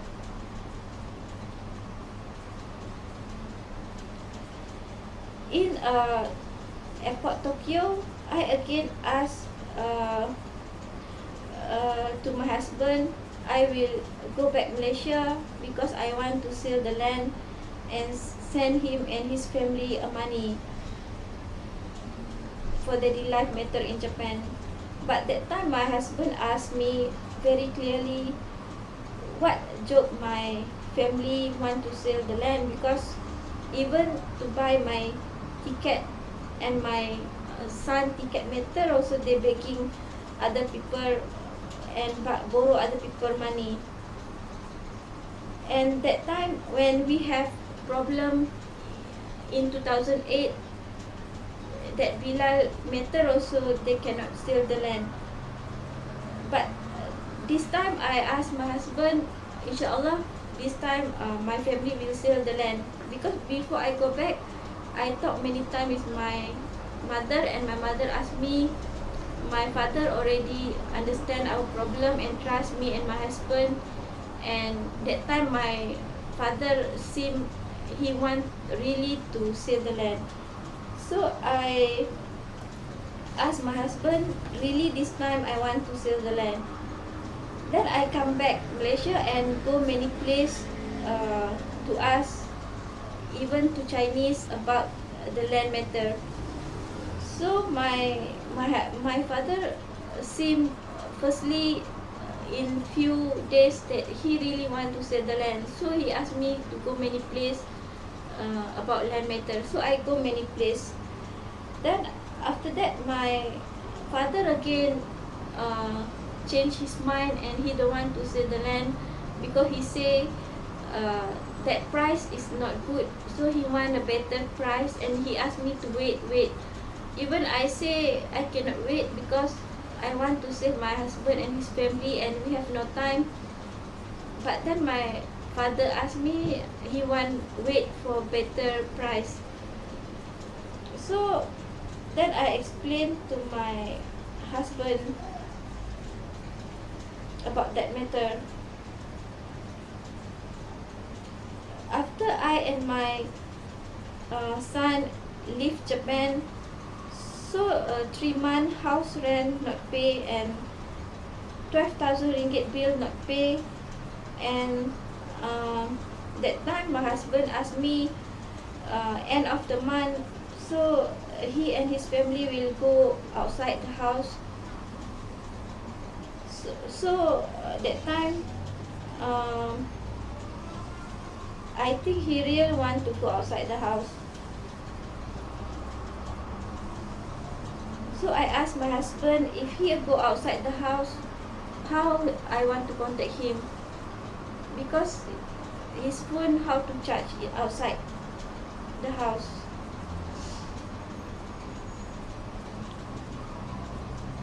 So my husband feel that time very sad, because think how I can ask him like that.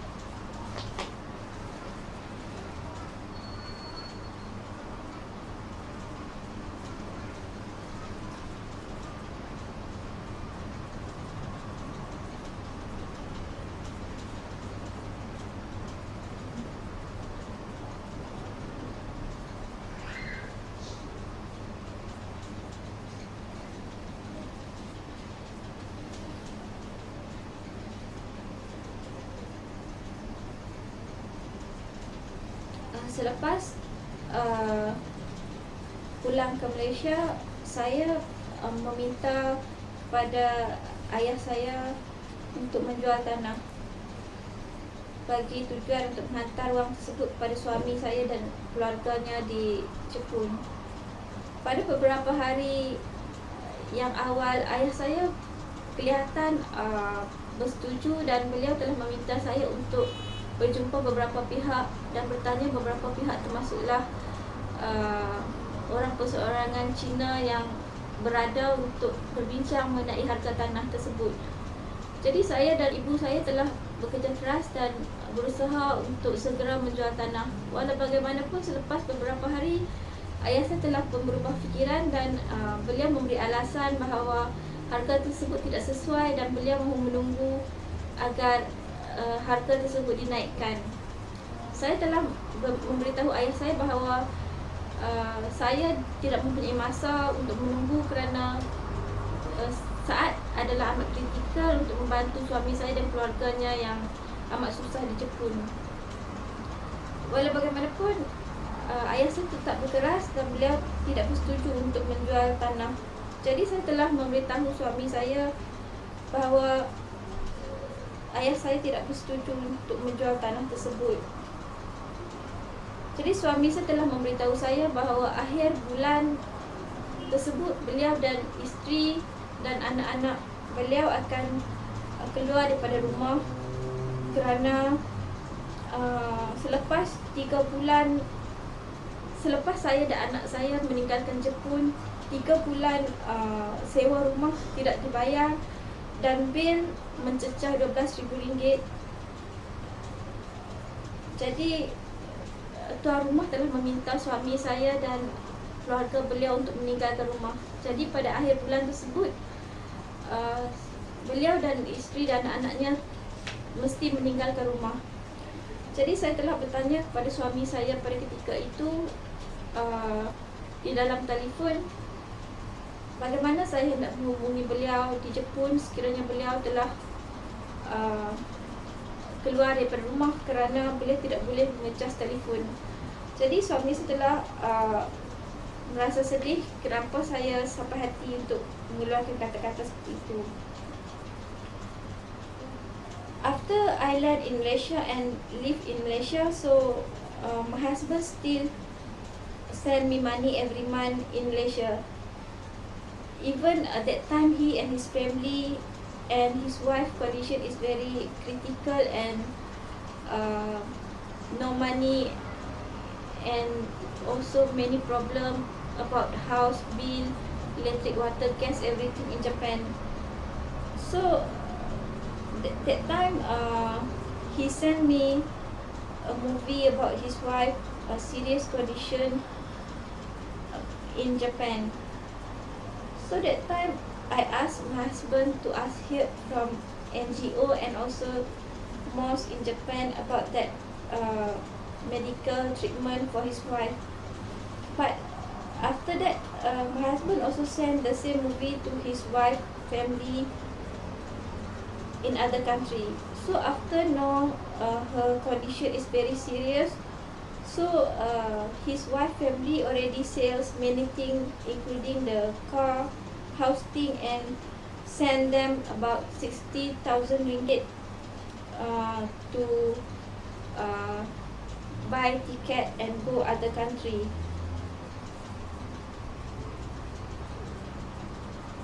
So before my husband buy ticket, so he called me and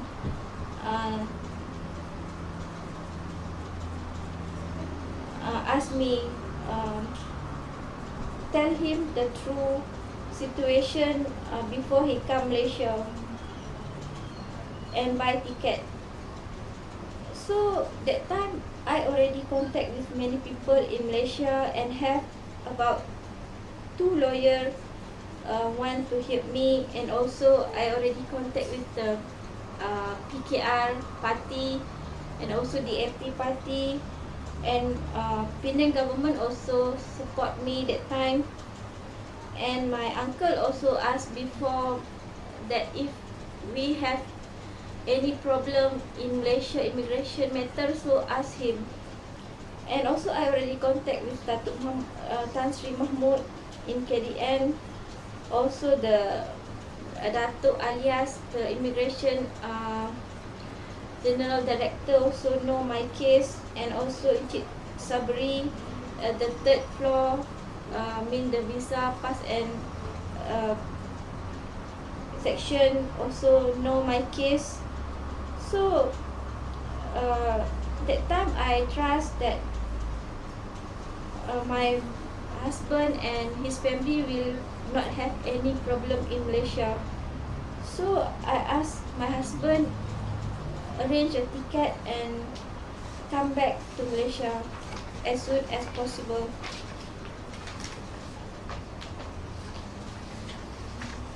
That time my husband asked me, this time not only he but also his whole family also with him, so that I sure that his family will not have any problem in Malaysia.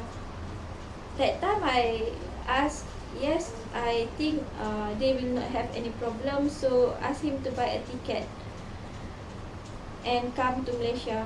So he trust me and he come to Malaysia in 23 August 2011.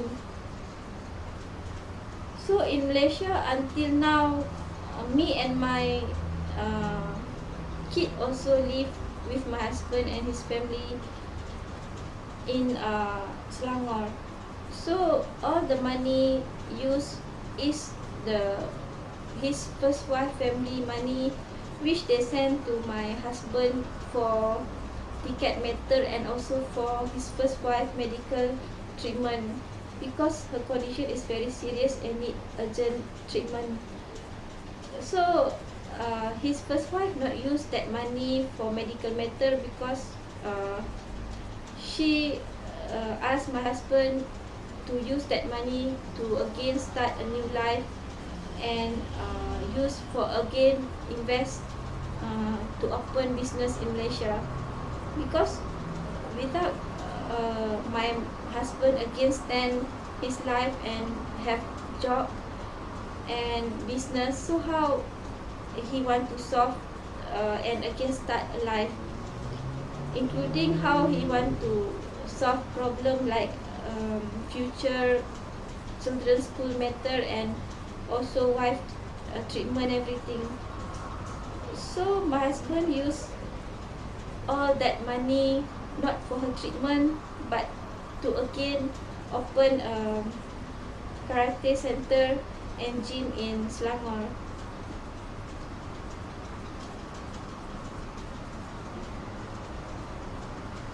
Even even before last 10 months to until now, my government, my family already know all our situation.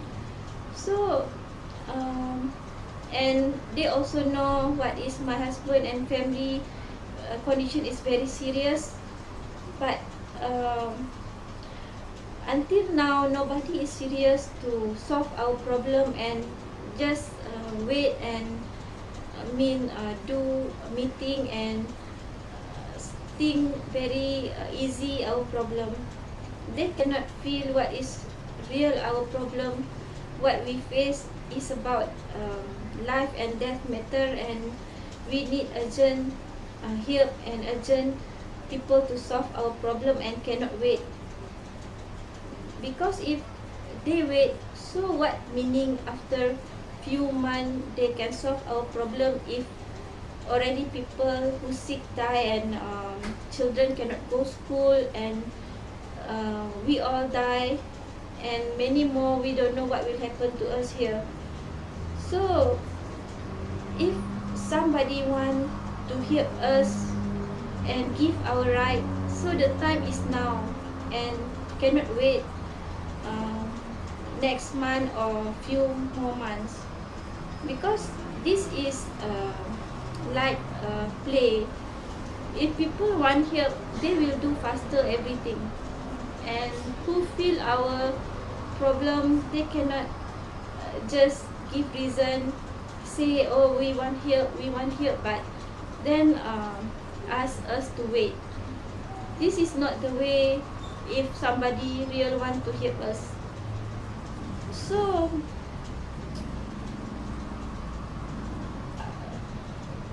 here in Selangor, again me and my son use all the my husband and his family money, and VIP and boss, and I still cannot solve my husband and his family problem, even this is my own country and I am Malaysian. So I also feel very very sad, and also want to ask my government why cannot solve our problem faster.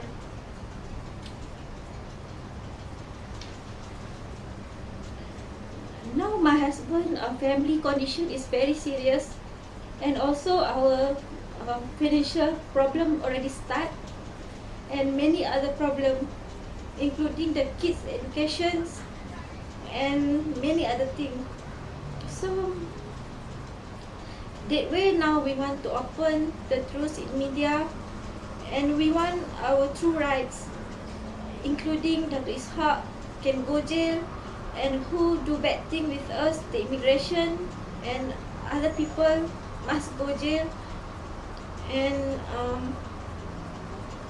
until now my family cannot help us about the car matter, about the money matter, and the KDN and immigration just ask me, please wait and wait, and nobody can get anything in one day. So if my husband family sick, they can go hospital and go other country for medical treatment, or send the children school. Even they cannot go school since 5 years ago. And also my husband wife serious ill. So how we wait? If we wait, so we are not human. And immigration and KDN also is human, and also until now they cannot give my husband any way for halal rezeki in Malaysia. Even his spouse visa also put he cannot work, and the visa also and the special pass also they ask us to pay the money. So what is that all mean? Because they all challenge to Islam order, who ask to help each other, and also challenge to human rights, and also wait until we die.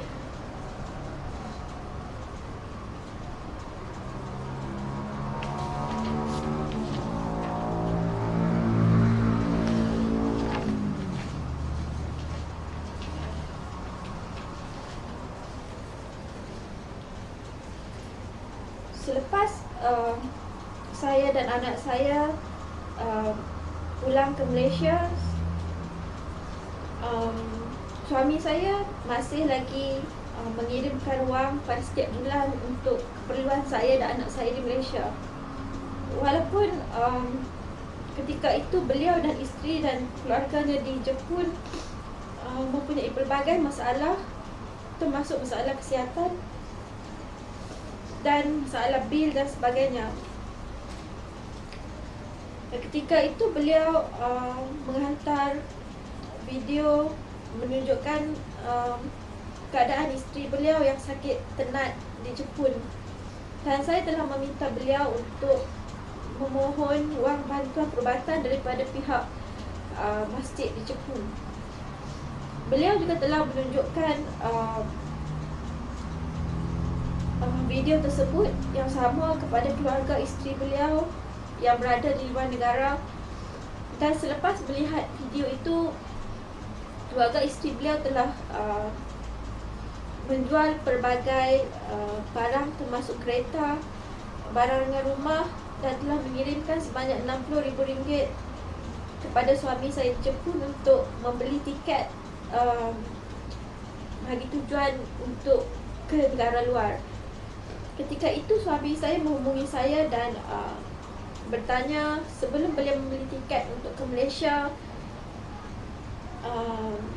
beritahu beliau perkara yang sebenarnya, apakah situasi sekiranya beliau dan isteri beliau datang ke Malaysia. Ketika itu saya telah menghubungi pelbagai pihak di Malaysia selama beberapa bulan selepas saya pulang ke Malaysia. Termasuklah 2 orang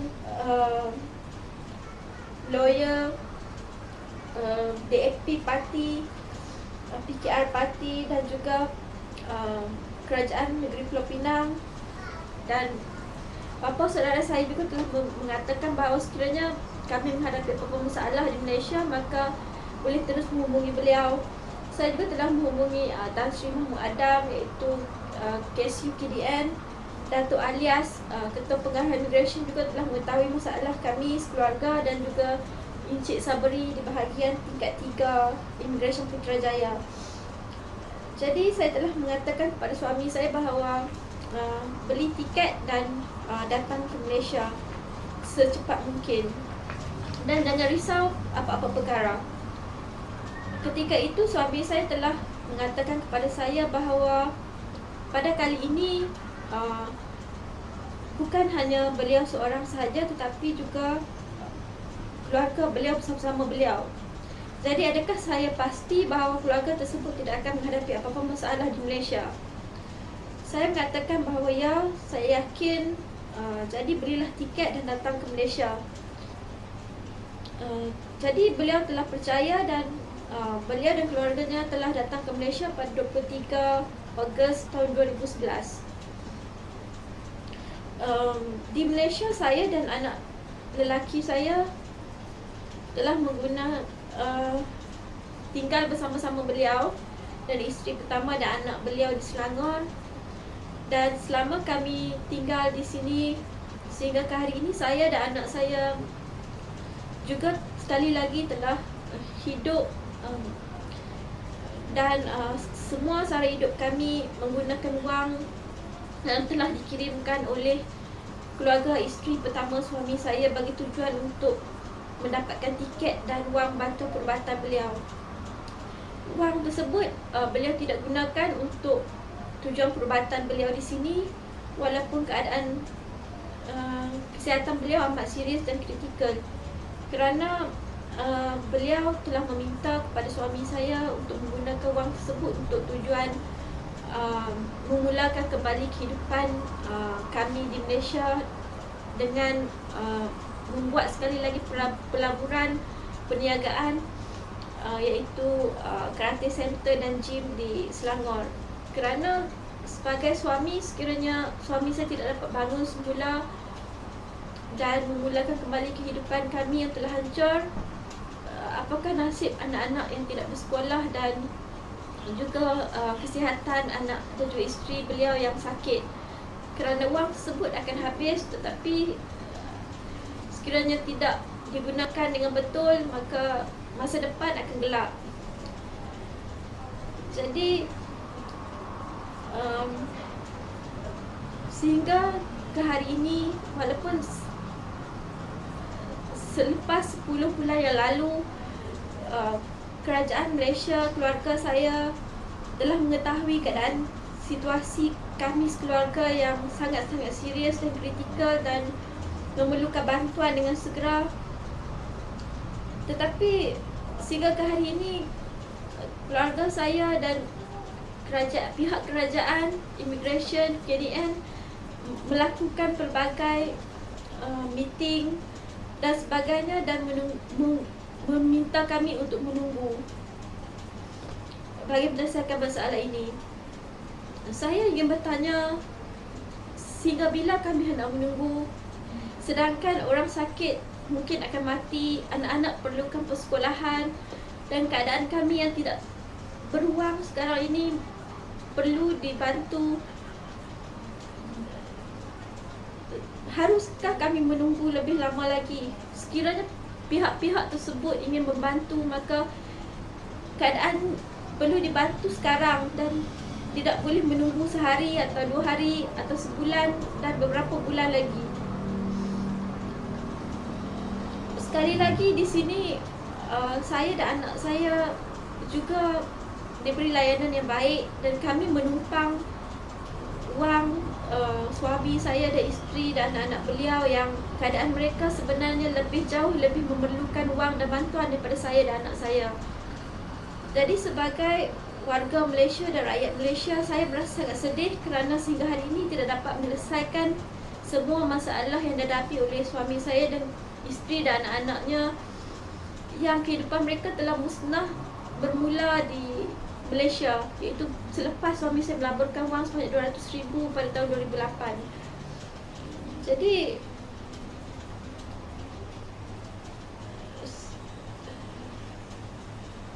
sekarang keadaan kami sangat serius dan masalah kewangan kami juga kembali ada, dan termasuk pelbagai masalah lain seperti persekolahan anak-anak dan sebagainya. Kerana itu saya memberitahu perkara ini dalam media, dan saya ingin bertanya kepada semua pihak yang memandang rendah dan memandang remeh-temeh masalah kami sekeluarga. Saya mahukan kami punya hak, sekiranya ingin dibantu, bantulah sekarang. Saya juga ingin pihak-pihak yang telah bersalah dihadapkan ke muka pengadilan, seperti Datuk Ishak dan Immigration dan sebagainya, pihak sekretariat yang telah memaparkan wajah suami saya secara terang-terangan di dalam media dan challenge kepada undang-undang antarabangsa.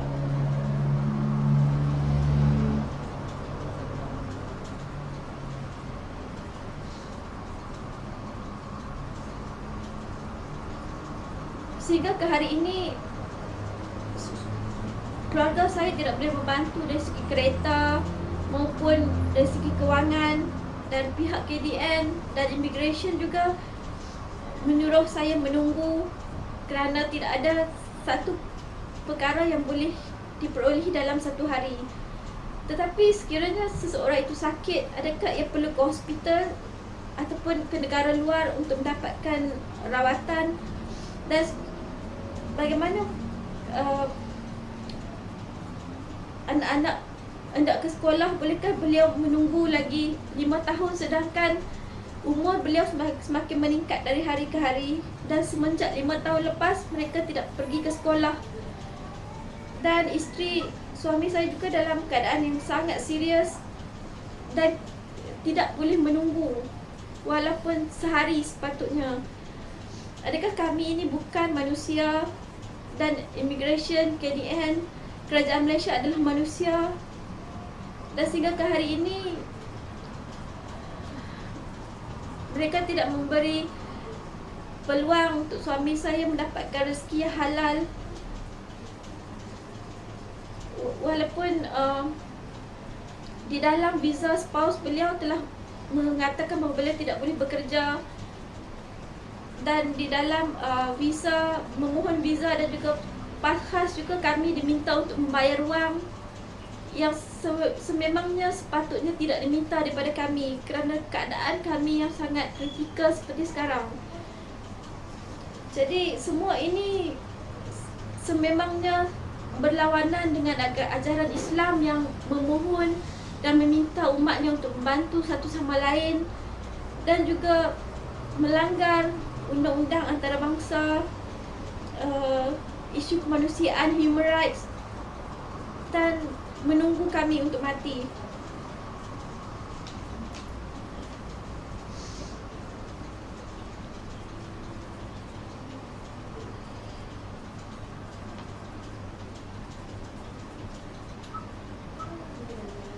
My husband, a character before come to Malaysia 2007 is Islam way, and he strictly follow to Islam order and live follow to Quran and Hadith Mubarak. So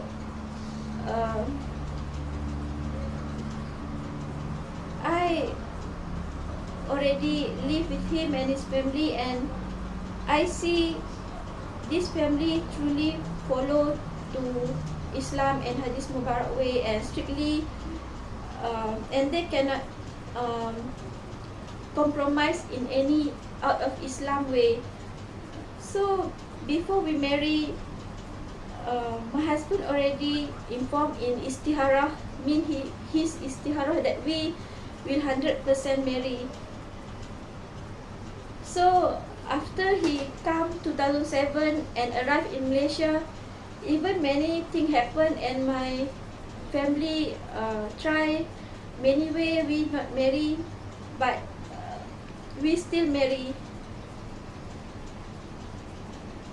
And before he shift his business in Malaysia 2007, so my husband go for Umrah, and he also again in Umrah dream that if he cannot plan well his business in Malaysia, so later one day he will become very poor and then nobody will help him. But that time he still shift his business in Malaysia because that time he trust me. So now he real not plan well, and now he is very poor and real nobody help him.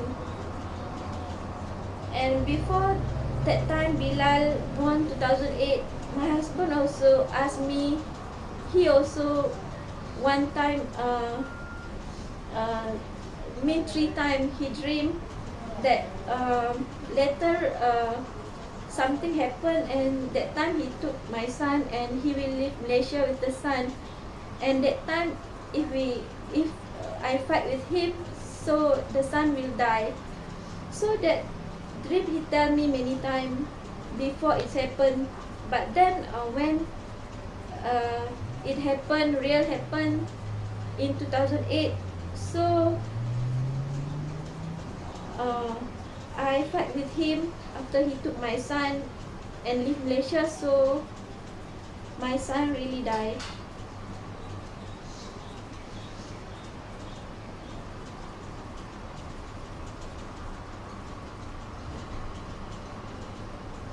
That time 2008, so my husband before he come back Malaysia in January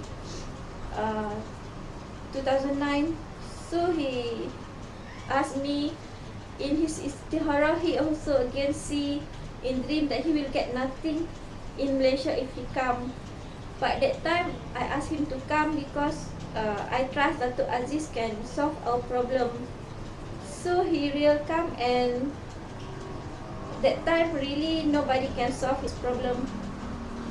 And when he come 2007 2008, that time Bilal already died, so my husband asked me, he dream in his istiharah, if I accept him, so in future I will get 2 more sons. So that time I accept him, so now I already born 2 more sons. And that time 2009 my husband come Malaysia, so I myself dream, and in my dream I see my husband with Sayyidina Rasulullah sallallahu alaihi wasallam. And in Japan 2011, before I come back to Malaysia, I also one time dream in Japan house. That time Rasulullah sallallahu alaihi wasallam sahabah min Sayyidina Abu Bakar and Sayyidina Umar radhiyallahu anhu come in our house in Japan, and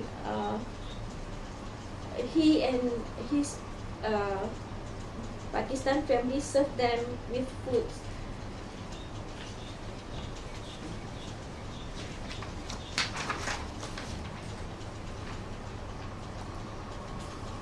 Sebelum tahun 2007, karakter suami saya adalah beliau benar-benar mengikut ajaran Islam. Saya telah tinggal bersama beliau dan keluarga beliau, dan perkahwinan kami telah menjangkau lebih daripada 4 tahun. Jadi selama saya berkahwin, saya sendiri mendapati bahawa beliau dan keluarga beliau benar-benar mengikut ajaran Islam dan Quran Sunnah Rasulullah SAW, dan mereka tidak sekali-kali akan berkompromis sesuatu perkara yang keluar daripada agama Islam, walaupun perkara yang pada pandangan orang lain adalah perkara yang remeh-temeh dan kecil. Dan kehidupan mereka 100% adalah berlandaskan Quran dan hadis Rasulullah SAW.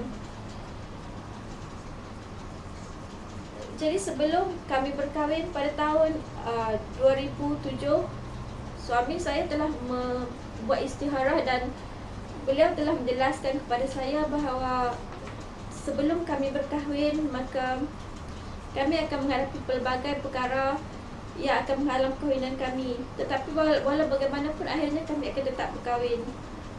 Jadi selepas beliau datang ke Malaysia pada tahun 2007 untuk berkahwin, benar-benar kami menghadapi pelbagai cabaran dan pelbagai pihak cuba menghalang kami daripada berkahwin. Tetapi akhirnya kami tetap berkahwin juga. Dan sebelum suami saya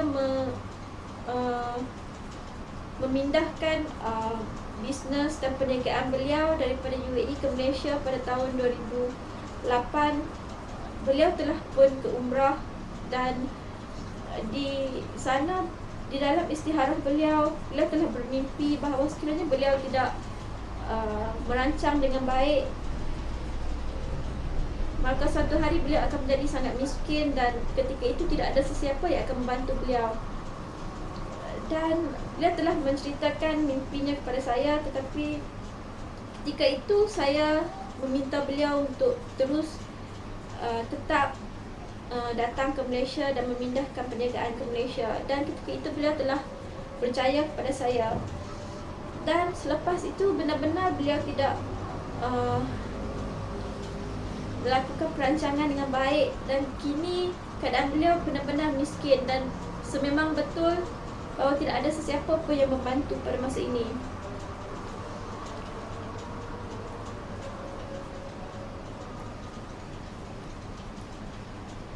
Sebelum Bilal lahir pada tahun 2008, suami saya telah bermimpi di dalam istikharah beliau sebanyak 3 kali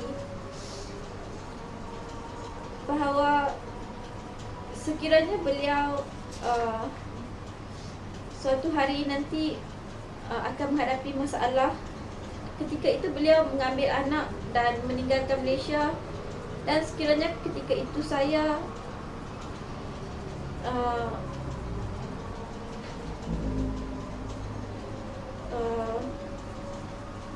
berlawan dengan beliau berkenaan dengan anak, maka anak kami akan mati. Dan beliau telah menceritakan mimpi dan istikharahnya kepada saya berkali-kali, tetapi setelah perkara tersebut benar-benar berlaku dan suami saya mengambil anak dan menyelamatkannya daripada Malaysia, dan saya melakukan perkara yang sebagaimana yang beliau katakan, dan sememangnya anak kami meninggal dunia.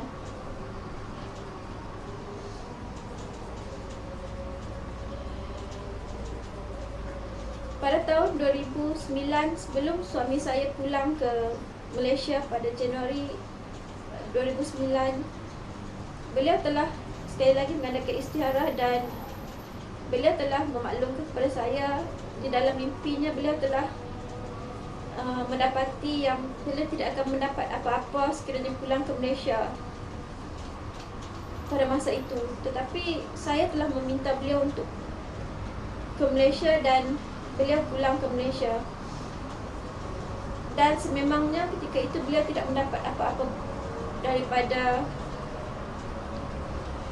kerajaan Malaysia dari segi bantuan untuk menyelesaikan masalah kami.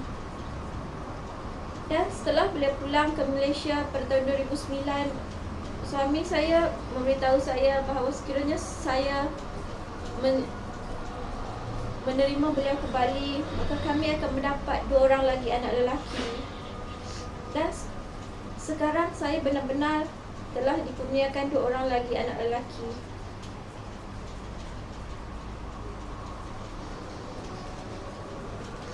Pada tahun 2009, selepas suami saya pulang ke Malaysia, saya pernah bermimpi suami saya berada bersama-sama dengan Rasulullah SAW.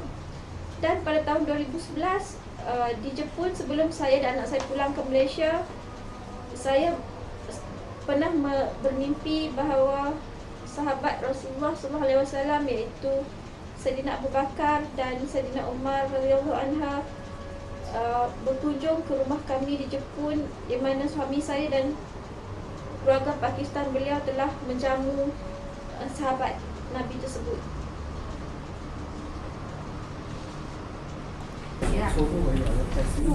这个借了5千块，然后这公司的每个部门这是不会啊，不会啊。一个公司在找我找一个想那些你的，你好找一个。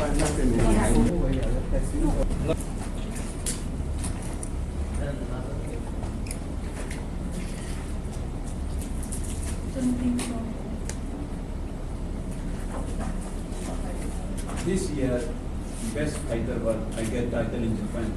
Best fighter and best coach.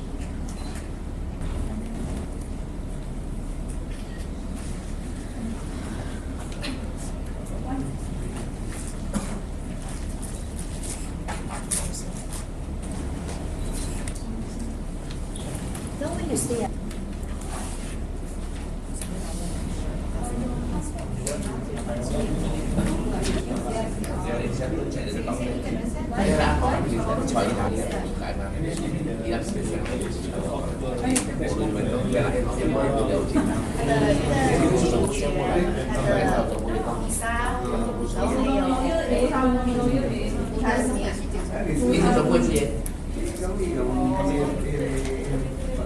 This is you self-release that something.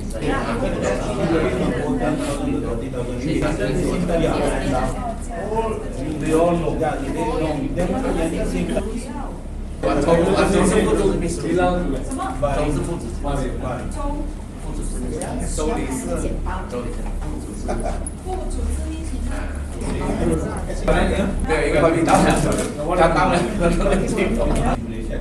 So we say we cannot take that case. The problem is your picture is the internet and everybody wants money. So that you read in the paper. So I say I don't know. Only you tell me I have wanted in Malaysia. So he says please send in paper. So after my son wanted me in his death body is still in Bahrain. You were in Bahrain. Yeah, so after that I leave and go to Korea. 那肯定不会回去的，一回去可能几天就不见了。他是有出国，你们可以讲讲吗？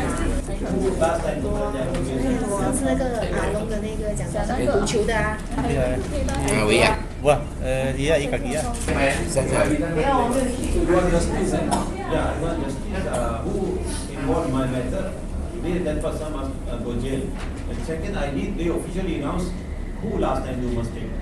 Malaysia officially announced in media who last time do mistake. And the third, they kill my all the pride and my money. I lose all the Malaysia. I lose my national. I don't want anything. If you don't want gift, so never mind. We can leave that one. This is Japan FD document. This is Japan drug and my son. This is drug definition.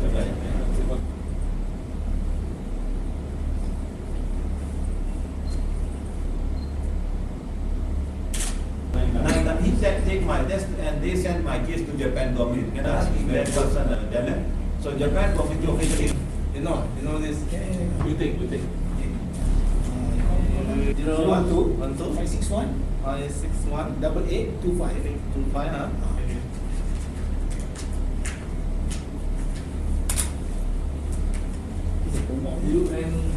UNHCR. CR, right? Yeah. UNHCR. Commission for Yeah. Refugees. Malaysia